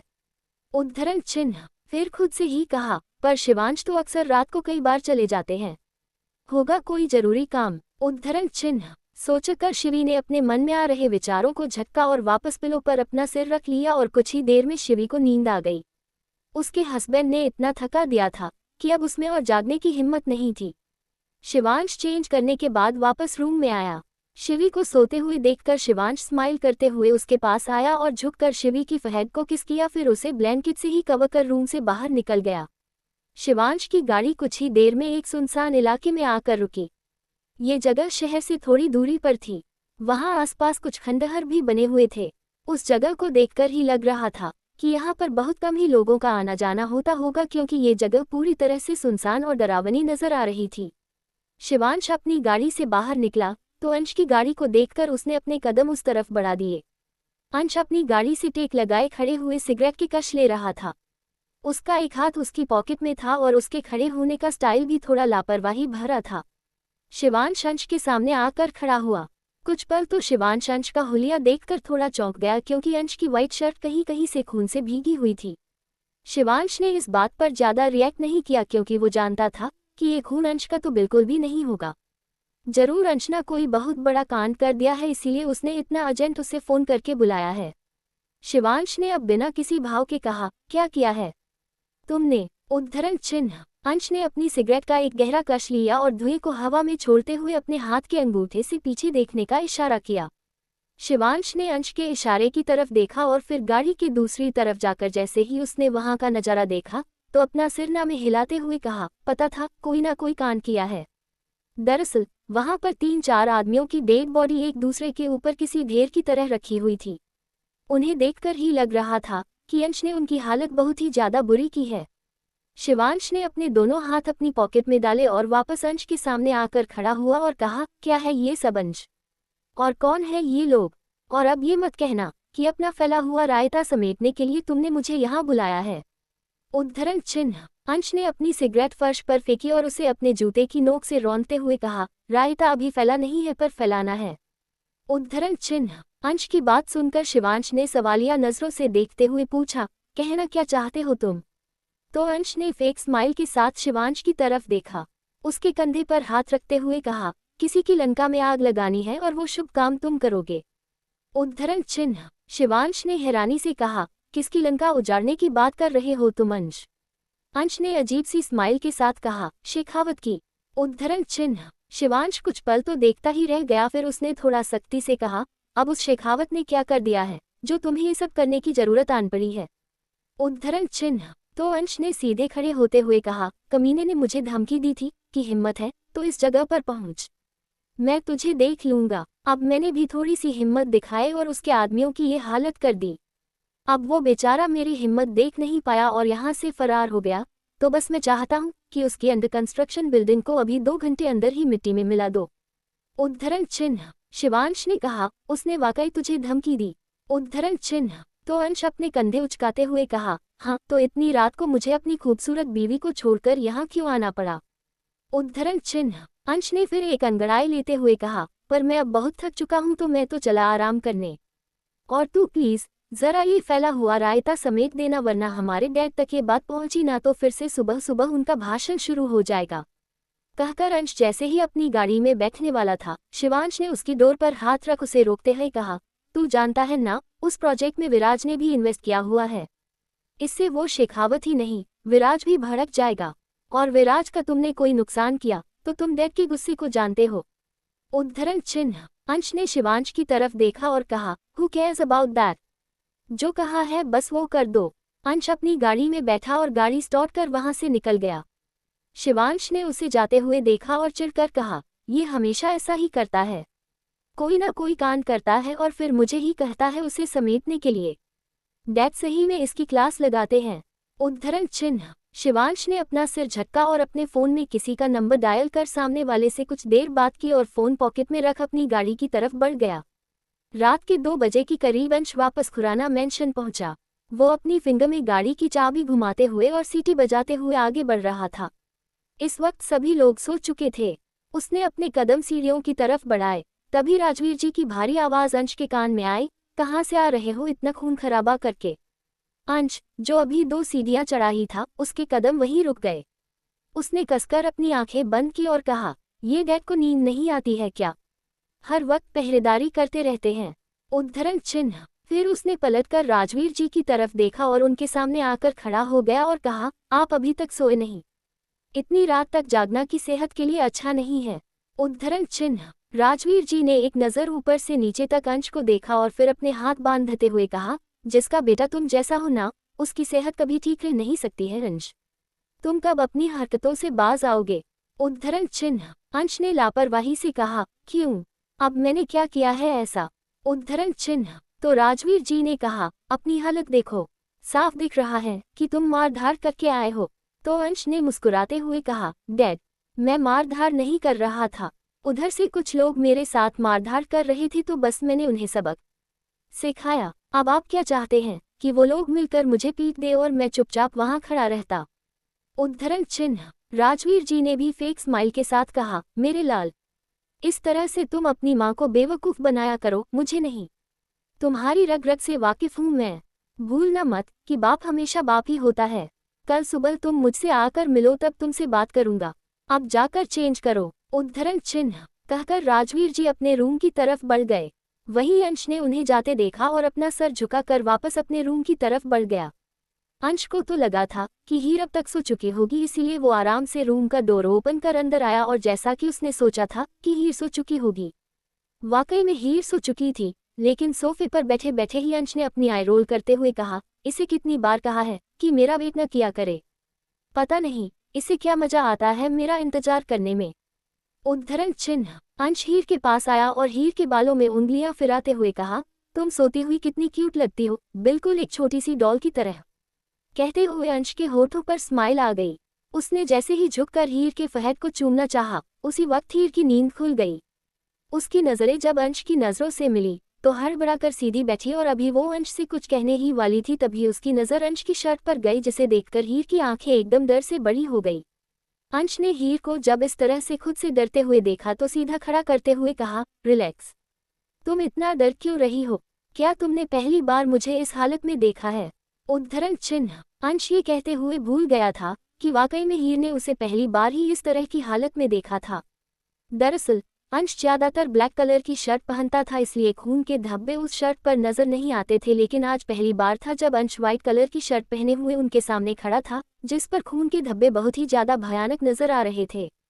और उसने जैसे ही हीर को पकड़ने के लिए अपना हाथ आगे बढ़ाया, हीर जल्दी से 2 कदम और पीछे हटते हुए बोली, तो तुम चेंज करके आओ। मैं तुम्हें ऐसे नहीं देख सकती हूँ। उद्धरण चिन्ह। अंश ने एक गहरी सांस लेकर कहा, ओके रिलैक्स, मैं अभी चेंज करके आ रहा हूँ। अब तुम जाग ही गई हो तो सोना मत। उद्धरण चिन्ह कहकर अंश वॉशरूम की तरफ बढ़ गया। वहीं हीर ने अपने सीने पर हाथ रख और खुद से कहा, अंश को कोई फर्क नहीं पड़ता है इस तरह की खून खराबे से। ये तो ऐसे खड़े थे जैसे ये कोई नॉर्मल बात हो। उद्धरण चिन्ह सोचकर हीर बेड की तरफ बढ़ गई और उसने खुद को ब्लैंकेट से कवर कर वापस बेड पर लेट गई। अंश चेंज करके रूम में आया तब तक हीर खुद में ही सिमटी हुई सो चुकी थी। अंश ने अपना सरना में हिलाया और कहा, मेरा वेट भी नहीं किया और सो भी गई। कोई बात नहीं, मैं भी थका हुआ हूँ, आज अपनी बीवी को आराम ही करने देता हूँ। सोचकर हीर के बगल में ही आकर लेट गया, पर हीर को उसने कमर से टाइट पकड़ा और अपने ऊपर लेते हुए कहा, मेरी क्यूट लिटिल रैबिट, मुझे इस वक्त सुकून की सख्त जरूरत है, इसीलिए मेरे नज़दीक रहो। कहकर अंश ने अपने दोनों बाहों से हीर की कमर को टाइटली होल्ड कर लिया। वहीं अंश के ऐसे अचानक खींचने से हीर ने कुछ पल के लिए अपनी आंखें खोली और वापस अपनी आंखें बंद कर अपने चेहरे को अच्छी तरह से अंश के सीने पर एडजस्ट कर वापस गहरी नींद में चली गई। वहीं दूसरी तरफ शिवांश एक बिल्डिंग टेरेस पर खड़ा हुआ सामने की तरफ देख रहा था। उसके एक हाथ में सिगरेट थी और दूसरा हाथ उसकी पॉकेट में था।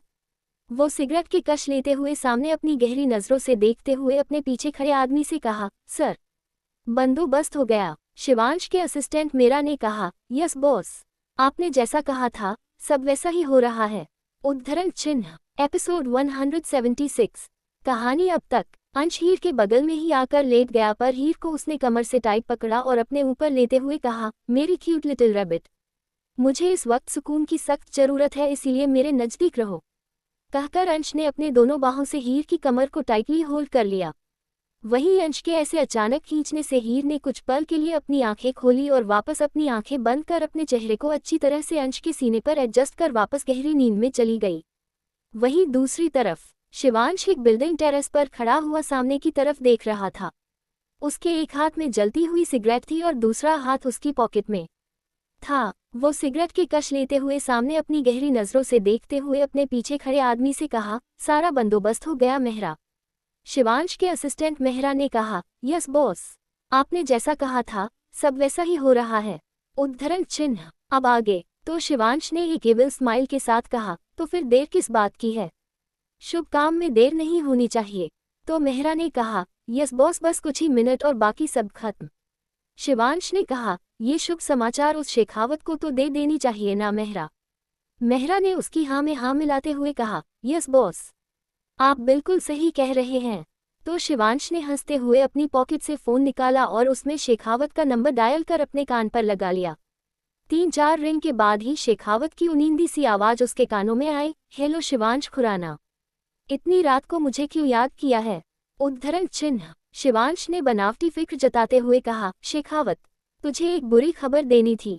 उद्धरण चिन्ह तो शेखावत, जो अभी तक बेड पर लेट हुआ था, वो उठकर बैठ गया और पूछा, कौन सी बुरी खबर, क्या हुआ है। उद्धरण चिन्ह कहीं ना कहीं शेखावत को अंदाजा तो हो गया था कि उसने अंश खुराना को अगर धमकी दी है तो अंश उसे ऐसे तो नहीं जाने देगा। इसीलिए उसका दिल इस डर से बहुत तेज धड़कने लगा। सामने से शिवांश ने हंसते हुए कहा, मेरे भाई को धमकी देने की हिम्मत की ना तूने, चल तुझे आज खुराना ब्रदर की हिम्मत ही दिखाते हैं। सामने से शेखावत ने थोड़ा डरी हुई आवाज में पूछा, कहना क्या चाहते हो तुम, ऐसा क्या करने वाले हो। तो शिवांश ने मुस्कुराते हुए कहा, शेखावत, तेरी यह जो सामने बिल्डिंग है ना, जो अंडर कंस्ट्रक्शन है, वह मुझे कुछ पसंद नहीं आ रही है। सही बता रहा हूँ, ऐसी बदसूरत बिल्डिंग मैं आज तक नहीं देखी। इस हमारी बिल्डिंग के सामने से हटा देना चाहिए, यह इस इलाके की खूबसूरती को खराब कर रही है। ये सुनकर शेखावत की आंखें एकदम से बड़ी हो गई। वह बेड से खड़े होकर चिल्लाया, तुम करना क्या चाहते हो शिवांश खुराना, उसको कुछ भी करने के बारे में मत सोचना। तो शिवांश ने कहा, कुछ भी नहीं करूं, ऐसा कैसे हो सकता है। भला तूने हमें धमकी देने की हिम्मत की है तो उसके बदले में तुझे रिटर्न गिफ्ट तो देना बनता है ना। चल अब काउंटिंग शुरू करते हैं। 3, 2, 1। इसी के साथ एक धमाके की आवाज शेखावत के कानों में आई। शेखावत कुछ पल के लिए तो फ्रीज ही हो गया और धम्म से बेड पर बैठ गया, क्योंकि यह बिल्डिंग शेखावत इंडस्ट्री की बड़े प्रोजेक्ट में से एक थी।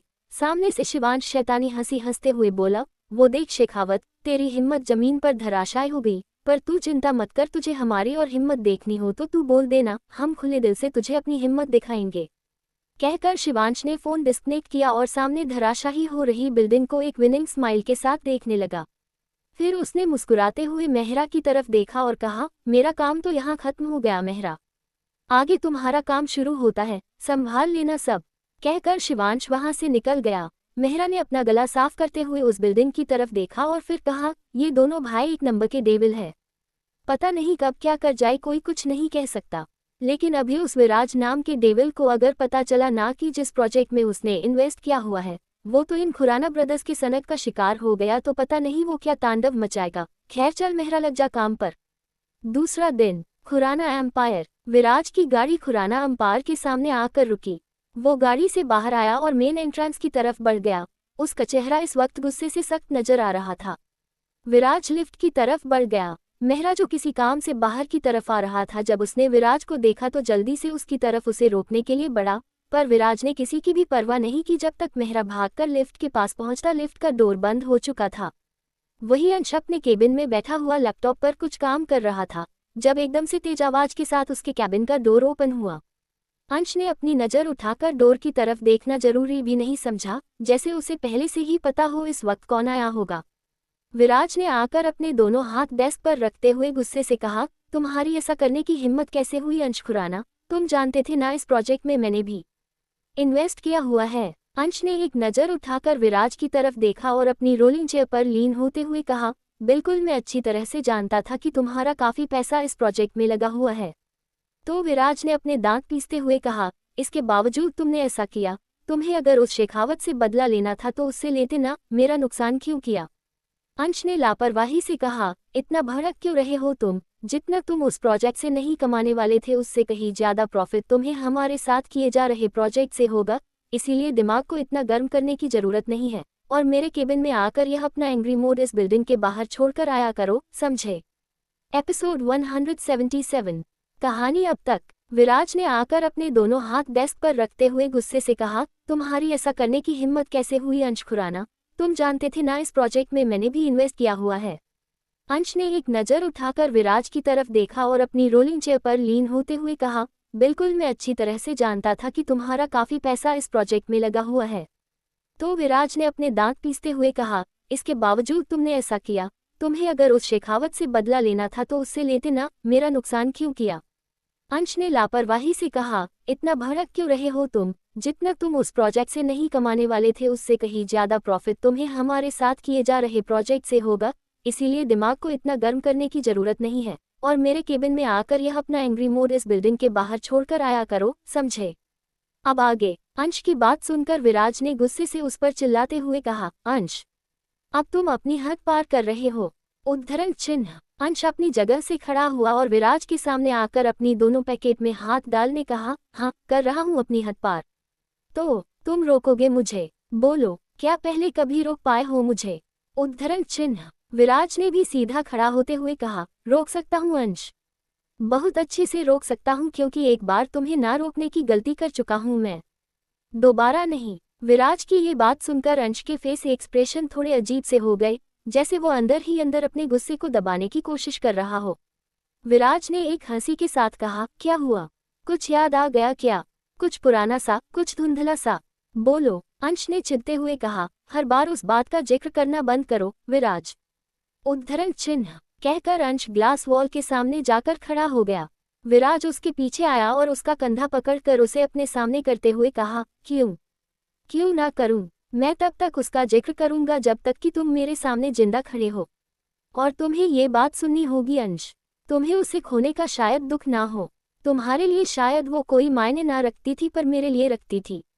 तुम्हारी वजह से मैंने अपने कदम पीछे लिए थे अंश, और तुम मुझे कह रहे हो कि मैं उसका जिक्र भी ना करूं।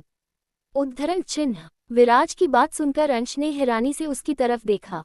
विराज ने अपनी नज़र फेरते हुए कहा, यही तुम्हारी मनमानी करने की आदत किसी की मौत की वजह बन गई अंश। खैर फिलहाल तो तुमने जो मेरा नुकसान किया है ना, उसकी भरपाई तो तुम्हें करनी ही होगी। उद्धरण चिन्ह। तभी शिवांश ने अंदर आते हुए कहा, हमने तुम्हारा नुकसान नहीं किया है विराज, कहीं ना कहीं तुम्हें उस नुकसान से बचाया है। उद्धरण चिन्ह। विराज ने शिवांश की तरफ देखा और एक सार्कास्टिक स्माइल के साथ कहा, तुम्हारा भाई चाहे कितना भी गलत करेगा शिवांश, पर तुम हमेशा ही इसका बचाव करने के लिए मेरे सामने आ खड़े होते हो। शिवांश बिना किसी एक्सप्रेशन के विराज को देखते हुए बोला, ये तुम्हारी गलतफहमी है, मुझे पता है कि मेरा भाई कैसा है और वह क्या कर सकता है और क्या नहीं। उद्धरण चिन्ह। तो विराज ने भी सार्कास्टिक वे में कहा, अच्छा, क्या तुम्हें अन्वी की मौत से पहले पता था कि ये क्या करने वाला है? बोलो, अगर पता होता तो आज वो जिंदा खड़ी होती यहाँ पर, अपनी जान न दे दी होती उसने। उद्धरण चिन्ह। ये बात सुनकर शिवांश कुछ देर के लिए चुप हो गया, फिर उसने विराज की तरफ देखते हुए कहा, क्या तुम्हें पूरा यकीन है कि उसमें पूरा फॉल्ट अंश का ही था? बोलो, क्या अंश ने कोशिश नहीं की थी उसे बचाने की? क्या अंश ने उसे समझाने की कोशिश नहीं की थी? उद्धरण चिन्ह। शिवांश की बात सुनकर विराज ने फ्रस्ट्रेशन से अपना चेहरा दूसरी तरफ किया और एक गहरी सांस लेकर कहा, अगर कोशिश सही की होती ना तो आज वो जिंदा होती। उद्धरण चिन्ह। फिर शिवांश की तरफ देखते हुए कहा, और एक बात मुझे बताओ, कहीं ना कहीं ये हीर के साथ भी तो वही कर रहा है ना? क्या तुम्हें लगता है कि हीर के सामने अगर ये सच आएगा तो हीर इसके साथ रहना भी चाहेगी? क्या होगा जब उसे पता चलेगा कि जिसकी वो बीवी है वही इंसान उसकी बहन की मौत की वजह बना था? बोलो, रहेगी वह उसके साथ नहीं? लेकिन हाँ, तुम्हारे भाई को मैं अच्छे से जानता हूँ, ये अपनी जिद पूरी करने के लिए उसे जबरदस्ती अपने साथ रहने के लिए मजबूर करेगा। अंश, जो काफी देर से चुप होकर विराज की बात सुन रहा था, उसने गुस्से से विराज का कॉलर पकड़ते हुए कहा, अपनी बकवास बंद करो और हीर को अपनी और मेरी दुश्मनी के बीच में मत लेकर आओ। विराज से झटके से अंश के हाथ से अपना कॉलर छुड़ाया और कहा, उसे मैं नहीं तुम्हारा गुनाह बीच में लेकर आ रहा है, हो सके तो बचा लेना अपनी शादीशुदा जिंदगी को। उद्धरण चिन्ह। कहकर विराज केबिन से बाहर निकल गया। शिवांश ने उसे जाते हुए देखा और फिर अंश से कहा, वैसे बात उसने गलत नहीं कही है अंश, मुझे उससे बात करनी होगी। कहकर शिवांश भी विराज के पीछे पीछे चला गया। अंश चेयर पर जाकर बैठ गया। उसने सिगरेट निकाल कर जलाए और उसे अपने होठों से लगाते हुए उसका एक लंबा कश लिया। वो अपना सिर चेयर की बैक से टिकाए सीलिंग की तरफ देखते हुए कुछ सोच रहा था। विराज अभी लिफ्ट की तरह बढ़ ही रहा था कि शिवांश ने उसे आवाज देकर रोका, विराज रुको। उद्धरण चिन्ह। विराज के बढ़ते कदम रुक गए लेकिन उसने पीछे पलटकर शिवांश की तरफ नहीं देखा।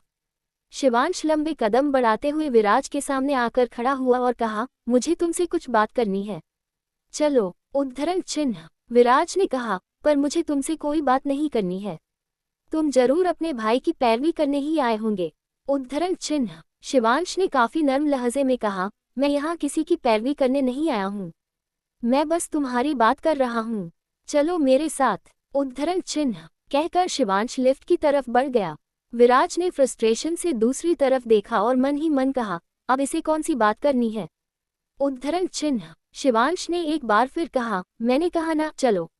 उद्धरण चिन्ह। विराज भी अब लिफ्ट में चला गया। कुछ देर बाद शिवांश और विराज दोनों ही टेरेस पर खड़े हुए थे। विराज ने तिरछी नजर से शिवांश की तरफ देखते हुए कहा, क्या तुम सही कह रहे हो? उद्धरण चिन्ह। तो विराज शिवांश ने भी अपने कंधे उचकाते हुए कहा, अगर मैं झूठ बोल रहा हूँ तो तुम खुद ही पता कर लो ना कि वो शेखावत तुम्हारे साथ भी फ्रॉड कर रहा था। उस बिल्डिंग को बनाने में उसने सबसे घटिया मेटल का यूज किया है और कभी भी वह बिल्डिंग गिरने से एक बड़ा हादसा भी हो सकता था। तुम तो सिर्फ इन्वेस्ट कर रहे हो, लेकिन अगर किसी भी तरह की कंट्रोवर्सी होती तो उसका तुम्हारी बिजनेस पर भी नेगेटिव असर पड़ता। उद्धरण चिन्ह। शिवांश की बात पर विराज ने कुछ भी नहीं कहा और सिर्फ सामने देखता रहा। शिवांश ने उसके कंधे पर हाथ रखते हुए कहा, तुम जैसा सोचते हो अंश उतना भी बुरा नहीं है।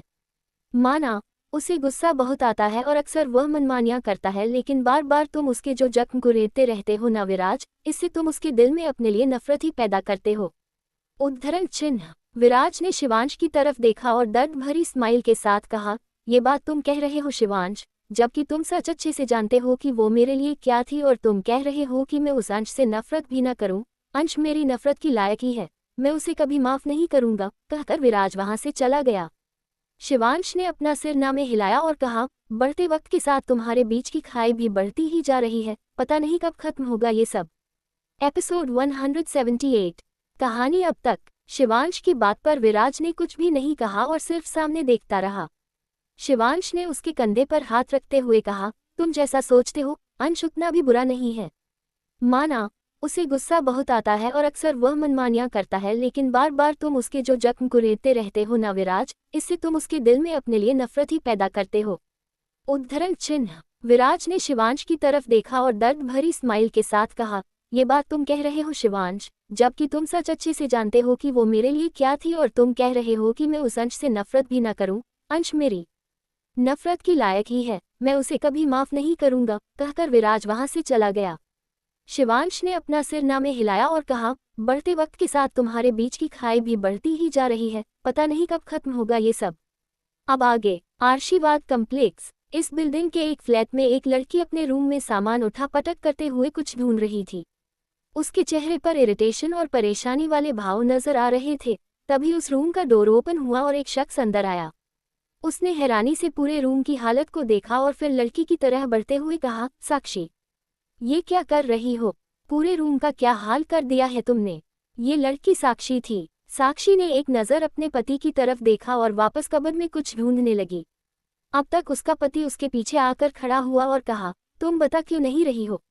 अच्छा चलो ठीक है, तुम मुझे बताओ, मैं भी तुम्हारी हेल्प करता हूँ। साक्षी ने परेशान होते हुए कहा, साहिल, तुम्हें पता है ना, अन्वी की डायरी मेरे पास ही थी, तो मैं बस वही ढूंढ रही हूँ। उद्धरण चिन्ह। तो साहिल ने पूछा, अन्वी की डायरी ढूंढ रही हो? पर क्यों? अचानक तुम्हें उसकी जरूरत क्यों पड़ गई है? उद्धरण चिन्ह। तो साक्षी ने पलटकर साहिल की तरफ देखा और कहा, दरअसल उसमें कुछ फोटोग्राफ थे। उसमें हीर की भी फोटो है, तो मैं एक बार कंफर्म करना चाहती हूँ कि उस दिन मॉल में मैं जिस लड़की से मिली थी वो हीर थी या फिर कोई और। साहिल ने कहा, साक्षी, तुम अभी तक वही सब सोच रही हो। मैंने कहा ना, तुम्हें कोई वहम हुआ होगा। हीर और उसकी फैमिली तो शिमला में रहते हैं ना। उद्धरण चिन्ह। तो साक्षी ने वापस मुड़कर कबर्ड में डायरी को ढूंढते हुए कहा, एक बार कंफर्म करने में कोई दिक्कत नहीं है। अगर मुझे पता चल जाता है कि वह लड़की हीर है तो मैं इस डायरी को हीर को दे दूंगी ना। तुम्हें पता है कि अन्वी की अमानत है मेरे पास। उस वक्त तुम जानते हो कि अन्वी की वह हालत देखकर मेरी क्या कंडीशन थी। मुझे उस वक्त होश नहीं रहा, वरना मैं ये डायरी उसके मामाजी को दे देती जब वो अन्वी की डेड बॉडी लेने के लिए आए थे। साहिल ने साक्षी की कंधे पर हाथ रख उसे अपने सामने पलटते हुए कहा, तुम एक काम करो, यहाँ बेड पर बैठो। अब तुम्हारा काम मैं कर देता हूँ। काफी परेशान नजर आ रही हो तुम। उद्धरण चिन्ह। कहकर साहिल ने साक्षी को बेड पर बैठाया और खुद कबर्ड में उस डायरी को ढूंढने लगा। तभी एक ड्रॉवर में उसे वह डायरी मिल गई। उसने उस डायरी को साक्षी को दिखाते हुए कहा, ये देखो, यही ड्रॉवर में तो रखी है, और तुमने पूरे कमरे को तहस नहस करके रख दिया है। उद्धरण चिन्ह। साक्षी ने अपनी सर पर हाथ रखते हुए कहा, सॉरी साहिल, तुम्हें पता है ना कि जब भी मेरा दिमाग खराब होता है तो मेरे साथ यही होता है। कहकर साक्षी ने साहिल के हाथ से वो डायरी ली और उसे खोलकर उसमें रखे फोटोग्राफ्स को देखने लगी। तभी उसमें से एक फोटो अंश की भी थी, जिसे देखकर साक्षी की आंखों में नफरत के भाव आ गए। उसका तो दिल चाहा कि वो इस फोटो के टुकड़े टुकड़े करके फेंक दे, लेकिन वो ऐसा चाहकर भी नहीं कर सकती थी। अब क्यों, ये तो साक्षी ही जानती थी। उसने फोटो को वापस डायरी में रख दिया। फिर उसकी नज़र अन्वी और हीर के एक फोटोग्राफ्स पर गई, जिसे देखकर साक्षी के फेस पर एक प्यारी सी मुस्कान आई। वो अन्वी की फोटो को बड़े ही प्यार से देख रही थी। तब उसकी नज़र हीर की फोटो पर गई, जिसे देखकर साक्षी ने अपनी आंखें छोटी कर कुछ याद करने की कोशिश की। लेकिन जैसे ही उसे याद आया कि वाकई में ये हीर की फोटो है और हीर का चेहरा उस लड़की से बहुत मिलता जुलता है, तो साक्षी ने आंखें बड़ी कर साहिल की तरफ देखा और कहा, मैंने कहा था ना कि वह लड़की हीर ही है। वो इस वक्त मुंबई में है। तो साहिल ने हैरानी से उस फोटो की तरफ देखते हुए पूछा, क्या तुम्हें वाकई यकीन है कि यह फोटो वाली लड़की और वह मॉल वाली लड़की दोनों सेम है? तो साक्षी ने कहा, हाँ साहिल, दोनों सेम है। मुझे उस लड़की को, मेरा मतलब हीर को ढूंढना होगा और ये डायरी उस तक पहुंचानी होगी। तुम्हें याद है ना कि जिस दिन अन्वी की डेथ हुई थी उससे एक दिन पहले अन्वी ने ही मुझे और तुम्हें यही बात कही थी ना कि यह डायरी हीर तक पहुंचा दूं। साहिल ने भी थोड़ा उदास होते हुए कहा, तुम सही कह रही हो साक्षी। अपनी डेथ के कुछ दिन पहले अन्वी को पता नहीं क्या हो गया था। वो बहुत ही गुमसुम रहने लगी थी। उसने अपने घर पर बात करना भी बंद कर लिया था। साक्षी ने उदास होते हुए कहा, इस सब का कारण वो अंश खुराना है। उसी की वजह से अन्वी की वह हालत हुई थी। खैर, बस ये डायरी किसी तरह हीर तक पहुंचा दूं, उसके बाद मुझे लगेगा मैंने अन्वी से किया अपना वादा पूरा किया। उद्धरण चिन्ह। फिर साहिल के सीने पर सर रखते हुए कहा, इस डायरी में अन्वी ने अपने प्यार को लेकर कितने सपने संजोए थे, वह सब लिखा हुआ है। इसमें उसका हर एहसास, उसके जज्बात, उसका दर्द, उसकी खुशी, सब कुछ ऐसे डायरी में समेट दिया उसने। उद्धरण चिन्ह। साहिल ने साक्षी को अपनी बाहों में भरते हुए कहा, चिंता मत करो। अगर हीर मुंबई में है तो मैं खुद कोशिश करूंगा उसे ढूंढने की, और जल्द ही अन्वी की डायरी भी उस तक पहुंचा भी दूंगा। अब तुम बिल्कुल टेंशन मत लो। उद्धरण चिन्ह, योजक चिन्ह। दूसरा दिन, विराज का मेंशन। तुमने मुझसे बिना पूछे ये पार्टी ऑर्गेनाइज क्यों की? रिया विराज के स्टडी रूम में उसके ऊपर भड़क रही थी। वही विराज आराम से अपनी रोलिंग चेयर पर बैठा हुआ रिया को देख रहा था, जैसे उसे रिया के गुस्से से कोई फर्क ना पड़ रहा हो। विराज को अपनी बात का जवाब ना देते देख रिया का पारा एक बार और हाई हो गया। वो विराज की चेयर के सामने खड़ी हुई और अपनी कमर पर हाथ रखते हुए उस पर चिल्लाई, मैंने तुमसे कुछ पूछा है, उसका जवाब दो विराज सिंघानिया। तुम ये पार्टी क्यों दे रहे हो? उद्धरण चिन्ह, विराज ने बिना किसी भाव के रिया से कहा, इसीलिए ताकि तुम्हें पूरी दुनिया के सामने इंट्रोड्यूस करवा सकूं कि तुम मेरी बीवी हो। उद्धरण चिन्ह, ये बात सुनकर रिया ने हैरानी से कहा, तुम्हारा दिमाग खराब है क्या? कुछ महीनों की शादी है हमारी, तो दुनिया में बताना ही क्यों? तुम क्यों जबरदस्ती दुनिया के सामने इस बात का ढिंढोरा पीटना चाहते हो? विराज ने रिया का हाथ पकड़कर उसे अपनी तरफ खींचा, जिससे रिया विराज के ऊपर पूरा झुक गई। विराज ने उसकी कमर पकड़ उसे अपनी गोद में ही बैठा दिया। यह क्या कर रहे हो? छोड़ो मुझे। रिया बार बार विराज की गोद से उठने की कोशिश कर रही थी। विराज ने उसकी कमर पर अपनी पकड़ कसते हुए कहा, इतना नखरे क्यों दिखा रही हो? अपने हस्बैंड की गोद में बैठी हो, किसी और की नहीं। रिया ने गुस्से से विराज को घूरा और कहा, तुम क्या हमारे रिश्ते को लेकर सीरियस होते जा रहे हो? विराज, भूलो मत, ये सिर्फ एक कॉन्ट्रैक्ट वाली शादी है, असली की नहीं। विराज ने रिया की चेहरे की तरफ झुकते हुए कहा, तो असली की भी बना देंगे, क्या फर्क पड़ता है रिया? उद्धरण चिन्ह, रिया को कुछ समझ नहीं आ रहा था कि विराज को आखिर हो क्या गया है। वो ऐसी बहकी बहकी बातें कर क्यों रहा है? वही विराज ने मुस्कुराते हुए कहा, वैसे मैंने कुछ सोचा है कि इस शादी को हम असली वाली शादी बना देते हैं। तुम्हारा क्या विचार है? रिया ने चिढ़ते हुए कहा, मेरा विचार है तुम्हारा गला दबा दूं। तुम अक्सर वैसी बातें क्यों करते हो जो मुझे पसंद नहीं है? उद्धरण चिन्ह, तो विराज ने भी स्माइल करते हुए कहा, क्योंकि मुझे ऐसी बातें करना पसंद है जो तुम्हें पसंद नहीं है। उद्धरण चिन्ह, कहकर विराज ने रिया को अपनी गोद से दूर धकेला, जिससे रिया गिरते गिरते बची। इससे पहले कि रिया विराज से कुछ कहती, विराज चेयर से खड़े होकर बाहर चला गया। रिया दनदनाते उसके पीछे गई, तुम खुद को समझते क्या हो? और चुपचाप इस पार्टी को कैंसिल करो। मैं इस पार्टी में नहीं आने वाली हूँ। तुम चाहे कुछ भी कर लो, मैं तुम्हारे इरादे कामयाब नहीं होने दूंगी। उद्धरण चिन्ह, विराज अब तक हॉल में आया ही था कि उसने पलटकर रिया की तरफ देखा। रिया जो अपनी धुन में बोलते हुए आगे बढ़ रही थी, अचानक ही उसका सिर विराज के सीने से टकराया। उसने अपना सर सहलाते हुए कहा, तुम इंसान हो कि चट्टान? बार बार ये मुझे चोट क्यों पहुंचाते रहते हो? उद्धरण चिन्ह, विराज रिया के करीब आया और उसके चेहरे की तरफ झुकते हुए कहा, चलो मान लिया कि मैं चट्टान हूँ, पर तुम तो इंसान हो ना, और ऊपर वाले ने तुम्हें दो आंखें दी है तो उसका भी इस्तेमाल कर लिया करो। विराज की हाइट रिया से ज्यादा थी, इसीलिए विराज को अपना सर झुका कर रिया से बात करनी पड़ रही थी। वही रिया गुस्से से सिर उठाए विराज की आंखों में देख रही थी। इस वक्त दोनों को अगर कोई देखता तो ऐसा ही लगता जैसे जंगली शेर के सामने एक क्यूट सा रैबिट उसे चैलेंज करने के लिए खड़ा हो। खरगोश का चेहरा, विराज कोई मौका नहीं छोड़ रहा था रिया को गुस्सा दिलाने का।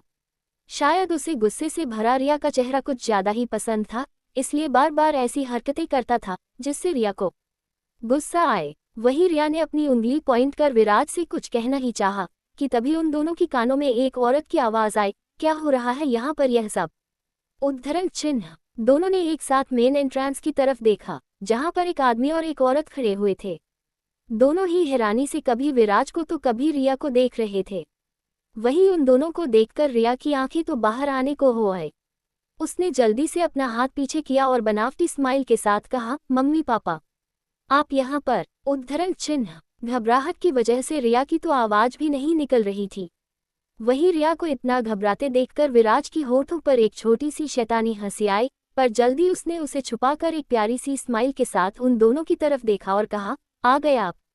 मैं आप लोगों का ही वेट कर रहा था।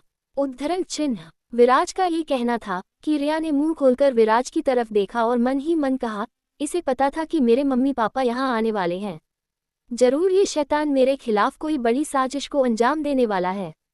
रिया, संभल कर रह इससे। उद्धरण चिन्ह, अब तक रिया की मम्मी रिया के पास आए और रिया को थोड़ा डांटते हुए कहा, रिया, तुम अपने पति से कैसे बात कर रही थी?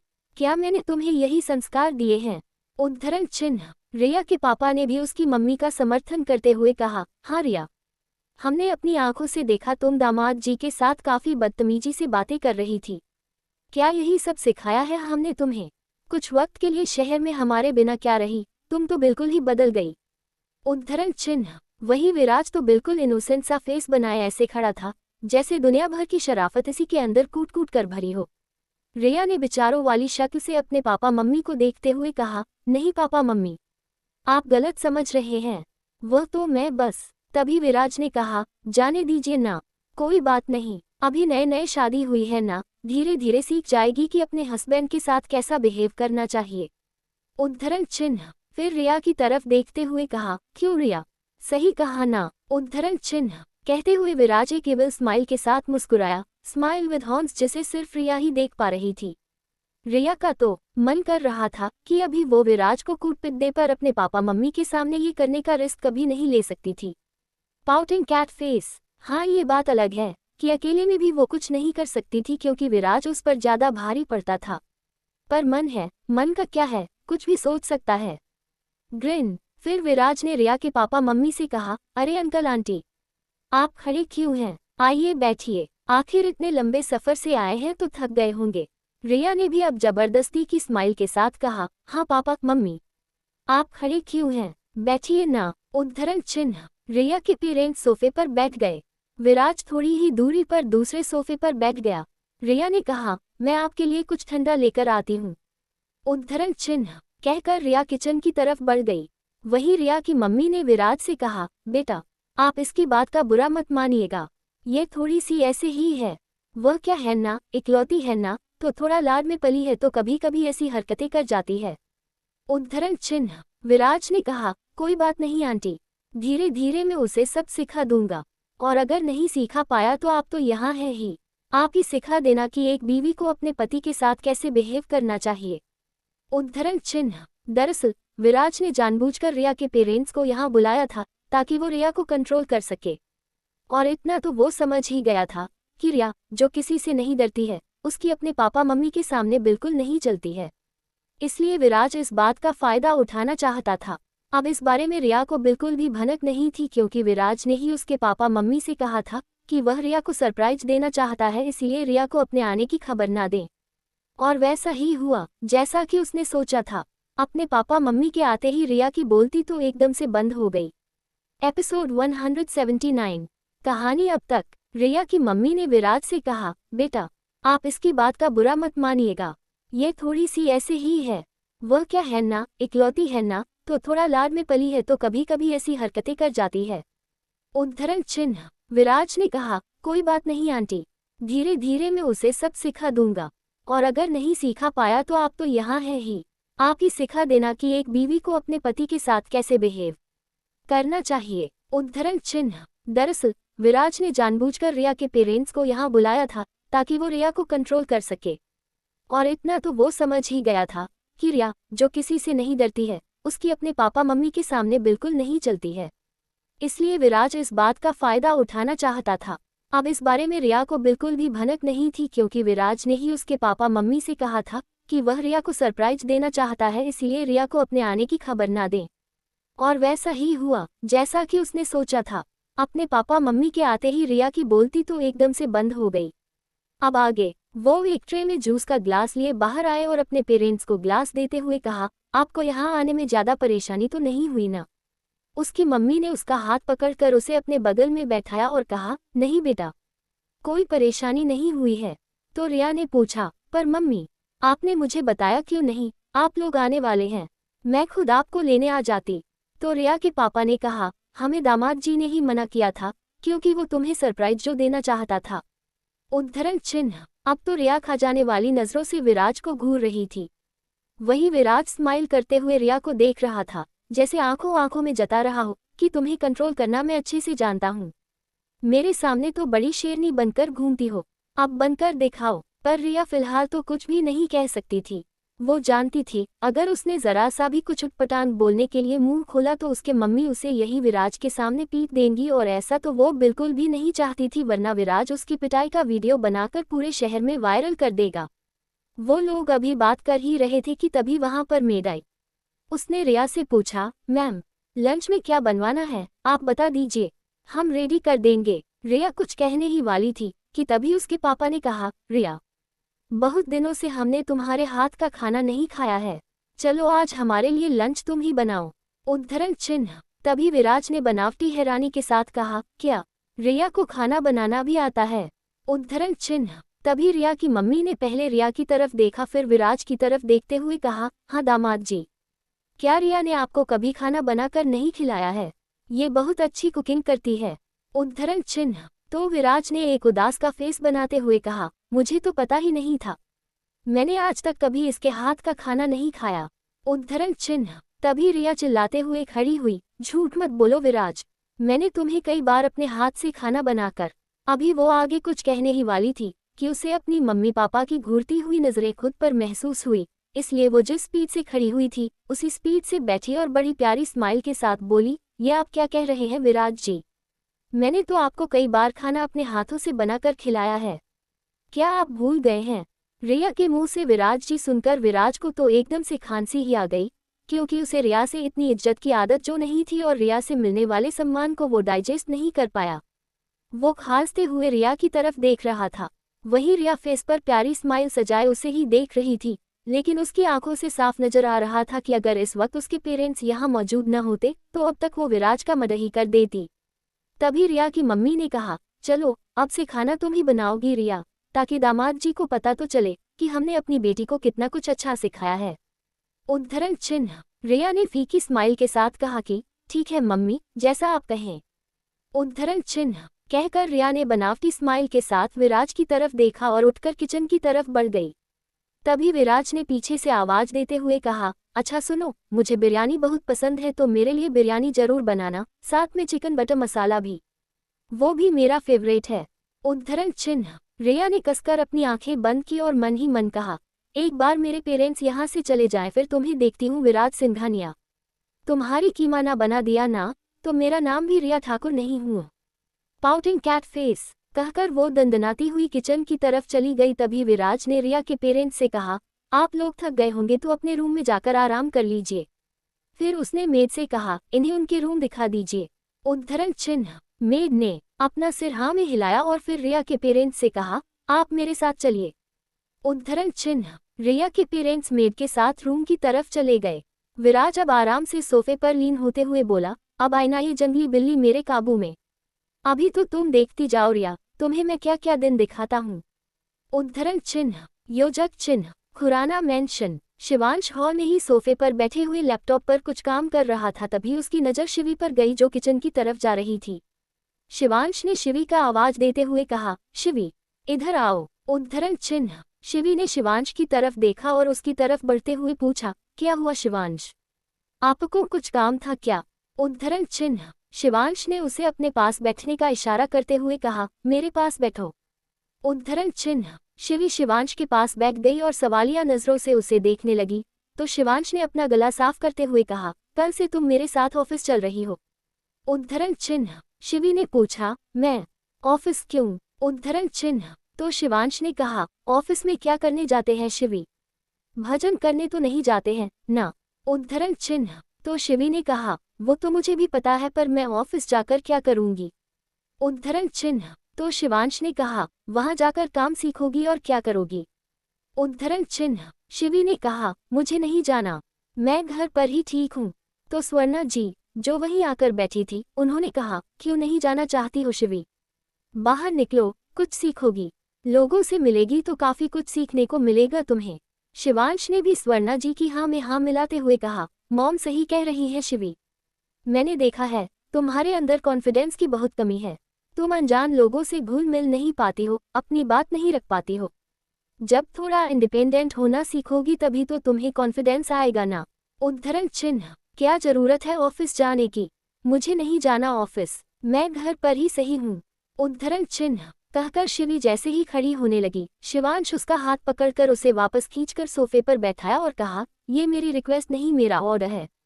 कल तुम मेरे साथ ऑफिस चल रही हो, समझी? इसके आगे मैं तुम्हारी एक बात नहीं सुनूंगा। कहकर शिवांश खड़ा हुआ और वहां से चला गया। शिवी ने उसे जाते हुए देखा, फिर स्वर्ण जी की तरफ देखा। स्वर्ण जी मुस्कुराते हुए शिवी और शिवांश दोनों को ही देख रही थी, तो शिवी ने कहा, माँ आप समझाए। उद्धरण चिन्ह। तो स्वर्णा जी ने कहा, शिवी, शिवांश कुछ गलत नहीं कह रहा है। मैंने भी देखा है, तुम्हारे अंदर कॉन्फिडेंस की बहुत कमी है, और मैं चाहती हूँ कि मेरी बहू है पूरी तरह से इंडिपेंडेंट हो।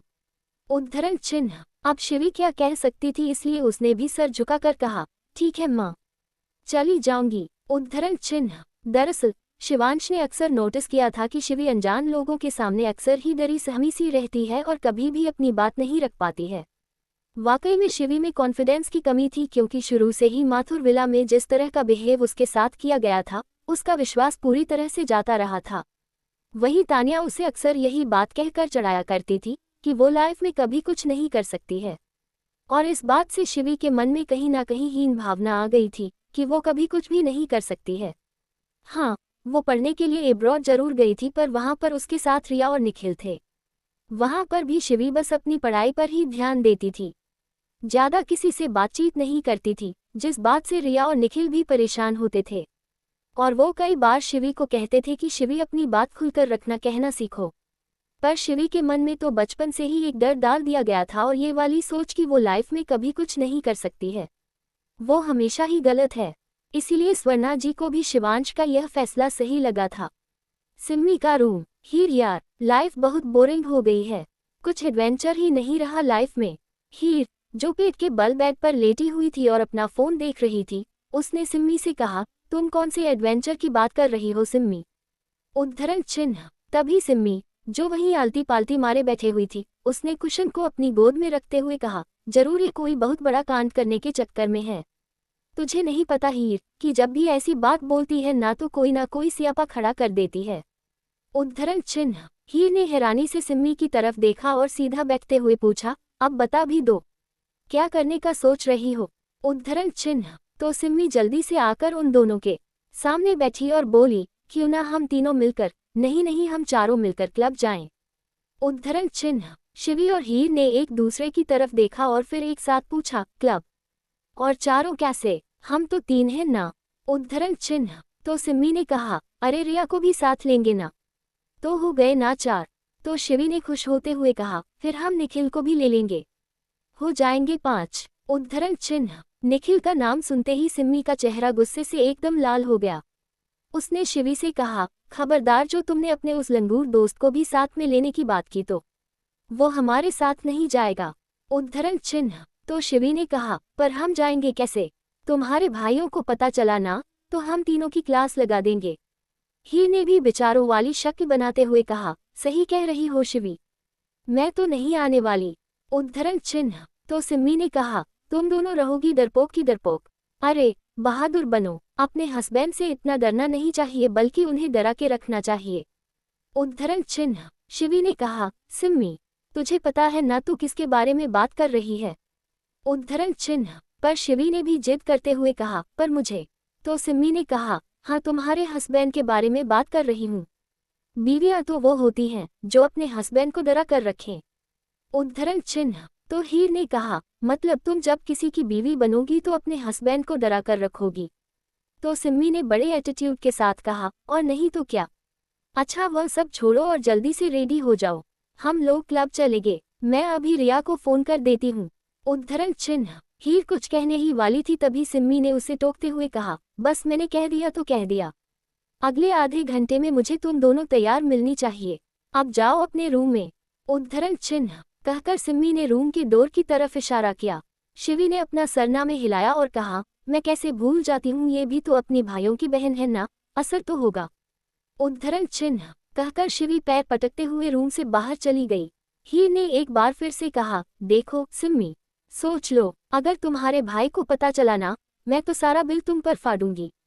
उद्धरण चिन्ह। तो सिम्मी ने अपने हाथ जोड़ते हुए कहा, ठीक है देवी जी, आप जाए और जल्दी से रेडी होकर आए, तब तक मैं रिया को फोन कर देती हूँ।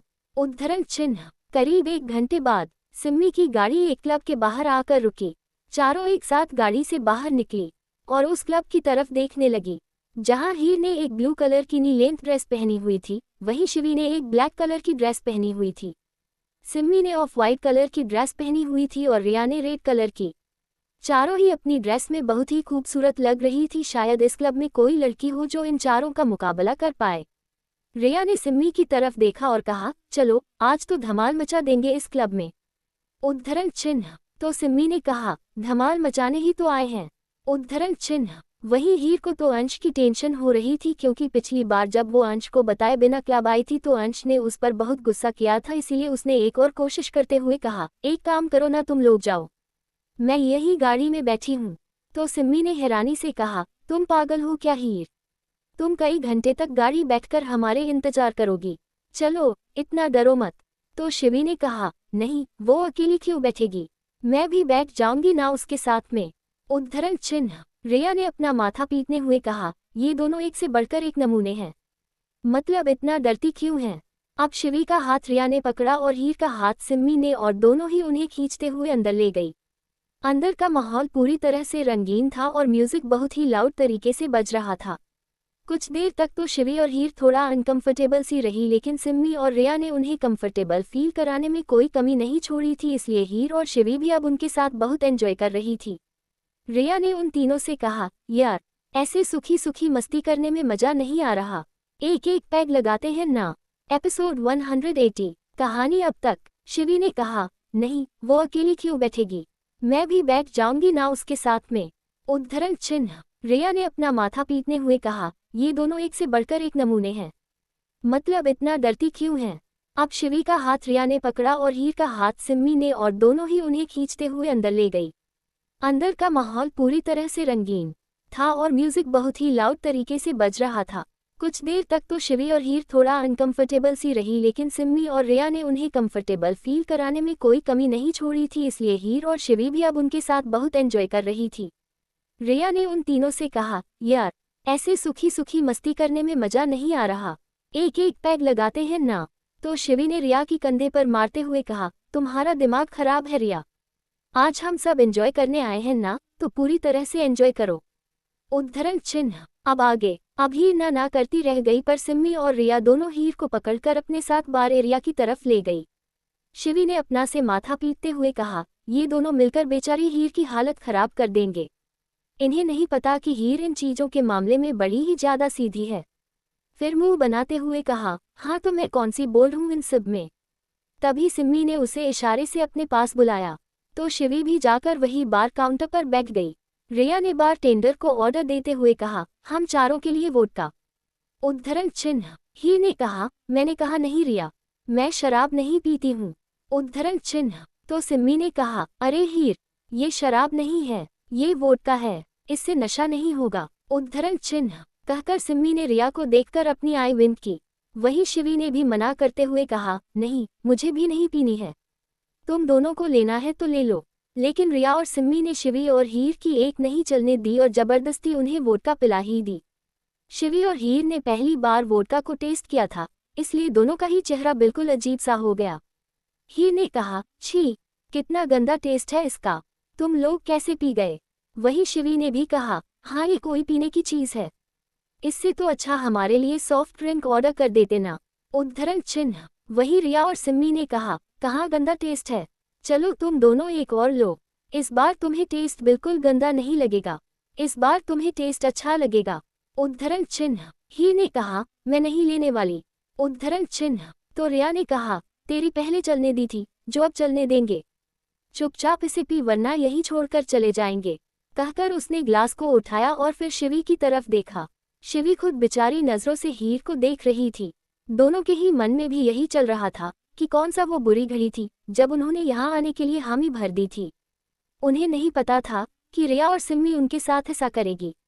अब ना चाहते हुए भी उन्हें वोडका का दूसरा शॉट लेना ही पड़ा, लेकिन इस बार उन्हें उसका टेस्ट ज्यादा बुरा नहीं लगा।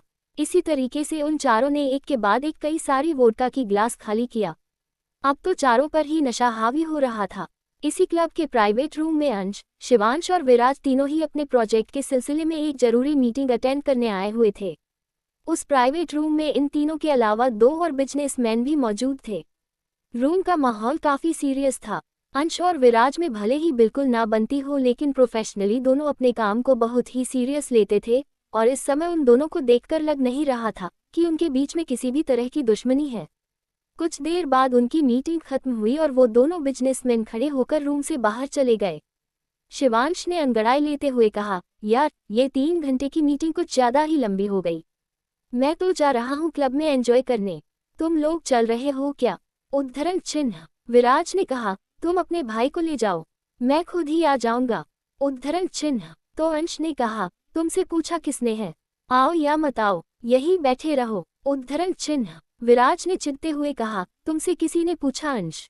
न तुम्हारे कहने से मैं यहाँ रुकूंगा, ना ही तुम्हारी कहने से जाऊंगा। कहकर विराज पहले ही रूम से बाहर निकल गया। शिवांश ने अपना सिर हिलाते हुए कहा, अंश तुम कभी कोई बात सही तरह से नहीं कर सकते हो क्या? अंश ने हंसते हुए कहा, अगर मैं उसे टीज नहीं करता तो वो कमीना हमारे साथ कभी नहीं आता। अब देखा ना, हमसे पहले पहुंचा हुआ होगा बार काउंटर पर। अंश की बात पर शिवांश को भी हंसी आ गई। वो भी अंश के साथ रूम से बाहर निकल गया और वैसा ही हुआ जैसा कि उसने सोचा था। विराज बार काउंटर पर ही बैठा हुआ ड्रिंक की सिप ले रहा था। शिवांश भी जाकर उसके बगल में ही बैठ गया और अंश ने उससे थोड़ी दूरी पर चेयर पर बैठकर अपने लिए ड्रिंक ऑर्डर की। कुछ देर वो तीनों चुपचाप अपनी ड्रिंक करते रहे। जैसे ही विराज की नज़र फ्लो की तरफ गई, अचानक ही उसके मुंह से ड्रिंक बौछार की तरह बाहर निकल आई। अंश और शिवांश दोनों ने ही विराज की तरफ अजीब नज़रों से देखा। अंश ने अपनी ड्रिंक का सिप लेते हुए कहा, पागल हो गए हो, क्या कर रहे हो? उद्धरण चिन्ह। विराज, जिसकी नज़र सामने फ्लो पर जमी हुई थी, उसने हैरानी से कहा, मैं जो देख रहा हूँ क्या वो सच है? उद्धरण चिन्ह। अंश ने और शिवांश ने उस तरफ देखा जहां पर विराज देख रहा था। फ्लो की तरफ देखकर उन दोनों का रिएक्शन भी सेम ही था। वो तीनों ही आंखें फाड़े सामने फ्लो पर अपनी अपनी बीवी को नशे में धुत डांस करते हुए देख रहे थे। पहले तो तीनों ने हैरानी से एक दूसरे की तरफ देखा और वापस फ्लो की तरफ देखकर अपनी भौहें सिकुड़ते हुए कहा, ये तीनों यहाँ क्या कर रही हैं? उद्धरण चिन्ह। विराज ने भी एक एक शब्द पर जोर देते हुए कहा, इस रिया की बच्ची को तो मैं अभी बताता हूँ। कहकर विराज जैसे ही खड़ा होने लगा, शिवांश ने उसका हाथ पकड़कर उसे वापस बिठाते हुए कहा, मत जाओ, एंजॉय ही तो कर रही है ना, तो करने दो ना। वहीं अंश, जो काफी देर से हीर के हाव भाव को नोटिस कर रहा था, उसने कहा, तुम्हें नहीं लग रहा है कि इन लोगों में कुछ गड़बड़ है? विराज से चिढ़ते हुए कहा, जहां पर मेरी ये चुड़ैल बीवी होगी ना, वहां सब कुछ गड़बड़ ही होगा। हमेशा कुछ न कुछ उटपटांग हरकत करती रहती है। उद्धरण चिन्ह। विराज ने ये बात कुछ इस तरह से कही थी कि शिवांश को तो उसके कहने पर ही हंसी आ गई थी। और वाकई में रिया बहुत अजीब तरीके से फनी डांस कर रही थी, जिसे देखकर तो अंश भी अपनी हंसी मुश्किल से रोक पा रहा था। और वही विराज का तो रिएक्शन ऐसा था कि उसे अभी यहाँ से उठाकर बाहर ले जाए और किसी गहरी खाई में फेंक दे। उन तीनों की हरकतें देखकर अब उन्हें समझते देर नहीं लगी कि उनकी बीवियों ने शराब पी हुई है और वो नशे में टल्ली होकर डांस कर रही हैं। अब तीनों ने ही एक दूसरे की तरफ देखा और अपना सिर हिलाते हुए कहा, हमारा शक सही था, तीनों ही फुल ड्रंक हैं, चलो अपनी अपनी बीवियों को लेकर आते हैं। डीजे पर एक बॉलीवुड सॉन्ग चल रहा था जिस पर वो सभी पूरे फ्लो पर धमाल मचा रही थी। वो तीनों देवल अपनी अपनी बीवियों को लेने के लिए फ्लो की तरफ बढ़ गए। वहीं पर रिया, हीर और शिवी फुल टल्ली होकर सॉन्ग पर एंजॉय कर रही थी। वहीं सिमली तो वहां से कब की नदारद हो गई थी, इसका उन तीनों को पता भी नहीं था। तीनों ही जाकर अपनी अपनी बीवियों के सामने खड़े हो गए और बिना किसी एक्सप्रेशन के उनकी हरकतें देखने लगे। वहीं हीर को होश ही नहीं था कि अंश कब से उसके सामने खड़ा हुआ है। वो तो गाने के बोल पर खुद डांस किए जा रही थी और जोर जोर से गाना गा भी रही थी। रिया और शिवी का भी यही हाल था। शिवांश को तो देखकर हैरानी हो रही थी कि शिवी इस तरह से फुल मस्ती भी कर सकती है। उसे तो शिवी को ऐसे देखकर बड़ा मजा आ रहा था। उसका तो मन ही नहीं हुआ कि शिवी को रोके, लेकिन उसकी नज़रें जब आसपास खड़े लड़कों पर गई तो उसने उन्हें घूरकर देखा, क्योंकि वो लोग काफ़ी देर से उन लड़कियों को डांस करते हुए देख रहे थे। लेकिन जैसे ही उनकी नज़रें उन 3 डेविल्स पर पड़ी, अचानक उन्होंने अपनी नज़रें दूसरी तरफ फेर ली। तभी अंश ने डीजे वाले को म्यूजिक बंद करने का ऑर्डर दिया। अंश का इशारा मिलते ही डीजे वाले ने म्यूजिक ऑफ कर दिया। अब पूरे ही क्लब में सन्नाटा छा गया, क्योंकि वहां मौजूद हर शख्स इन तीनों डेविल्स को अच्छे से जानते थे। इसलिए उन लोगों ने भी म्यूजिक ऑफ होने पर किसी भी तरह का ऑब्जेक्शन नहीं जताया और चुपचाप अपनी जगह खड़े होकर आपस में खुसर फुसर करने लगे। म्यूजिक बंद होते ही रिया, जो फनी तरह से डांस करते हुए गला फाड़े जोर जोर से गाए जा रही थी, अचानक उसने गाना बंद कर दिया और अपनी नशीली आवाज में चिल्लाते हुए कहा, अबे किसकी इतनी हिम्मत हो गई कि म्यूजिक बंद कर दिया? मैंने कहा म्यूजिक चलाओ, मुझे अभी और डांस करना है। उद्धरण चिन्ह। रिया मुश्किल से ही खड़ी हो पा रही थी, इसलिए उसके पैर लड़खड़ा गए और वो विराज के सीने से जा लगी। उसने अपना चेहरा उठाकर विराज की तरफ देखा, जो उसे घूर कर देख रहा था। रिया ने बत्तीसी दिखाते हुए कहा, और डाकू गब्बर सिंह यहाँ पर भी आ गए? तुम्हें क्या कहीं चैन नहीं मिलता है? निकलो यहाँ से, अभी मेरा एंजॉय करने का मूड है। उद्धरण चिन्ह। तभी हीर ने कहा, रिया ये गब्बर सिंह नहीं है, ये तो ना वो है, वो तेरे पति विराज। उद्धरण चिन्ह। रिया ने हंसते हुए कहा, हीर तू पागल हो गई है क्या? वो शैतान तो इस वक्त मीटिंग के लिए बाहर गया हुआ है, वो यहाँ कैसे आएगा? उद्धरण चिन्ह। तभी शिवी ने कहा, नहीं रिया, ये सच में तेरे पति हैं। तुझे पता है, ये तुझे गुस्से से घूर के देख रहे हैं।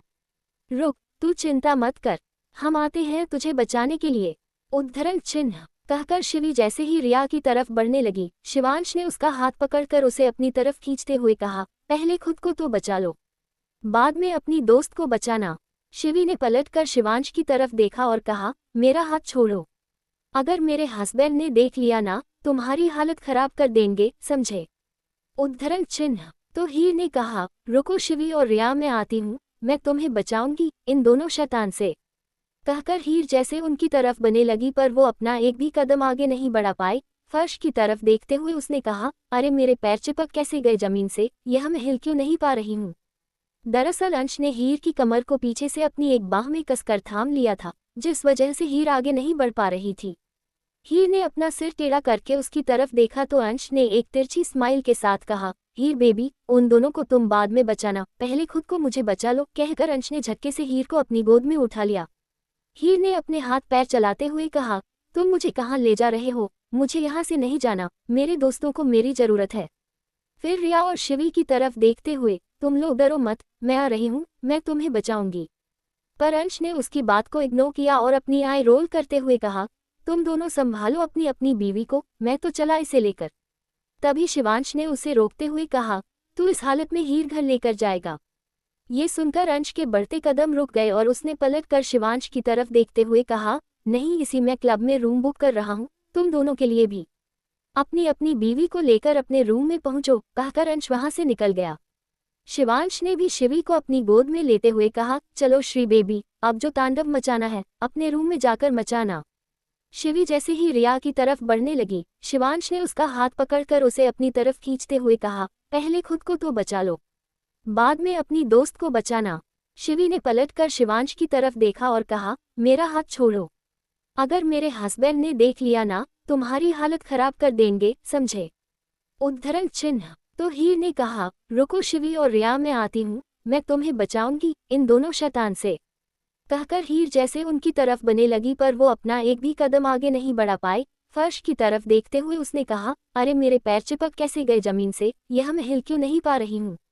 दरअसल अंश ने हीर की कमर को पीछे से अपनी एक बाह में कसकर थाम लिया था, जिस वजह से हीर आगे नहीं बढ़ पा रही थी। हीर ने अपना सिर टेढ़ा करके उसकी तरफ देखा तो अंश ने एक तिरछी स्माइल के साथ कहा, हीर बेबी, उन दोनों को तुम बाद में बचाना, पहले खुद को मुझे बचा लो। कहकर अंश ने झटके से हीर को अपनी गोद में उठा लिया। हीर ने अपने हाथ पैर चलाते हुए कहा, तुम मुझे कहाँ ले जा रहे हो? मुझे यहाँ से नहीं जाना, मेरे दोस्तों को मेरी जरूरत है। फिर रिया और शिवी की तरफ देखते हुए, तुम लोग डरो मत, मैं आ रही हूँ, मैं तुम्हें बचाऊंगी। पर अंश ने उसकी बात को इग्नोर किया और अपनी आई रोल करते हुए कहा, तुम दोनों संभालो अपनी अपनी बीवी को, मैं तो चला इसे लेकर।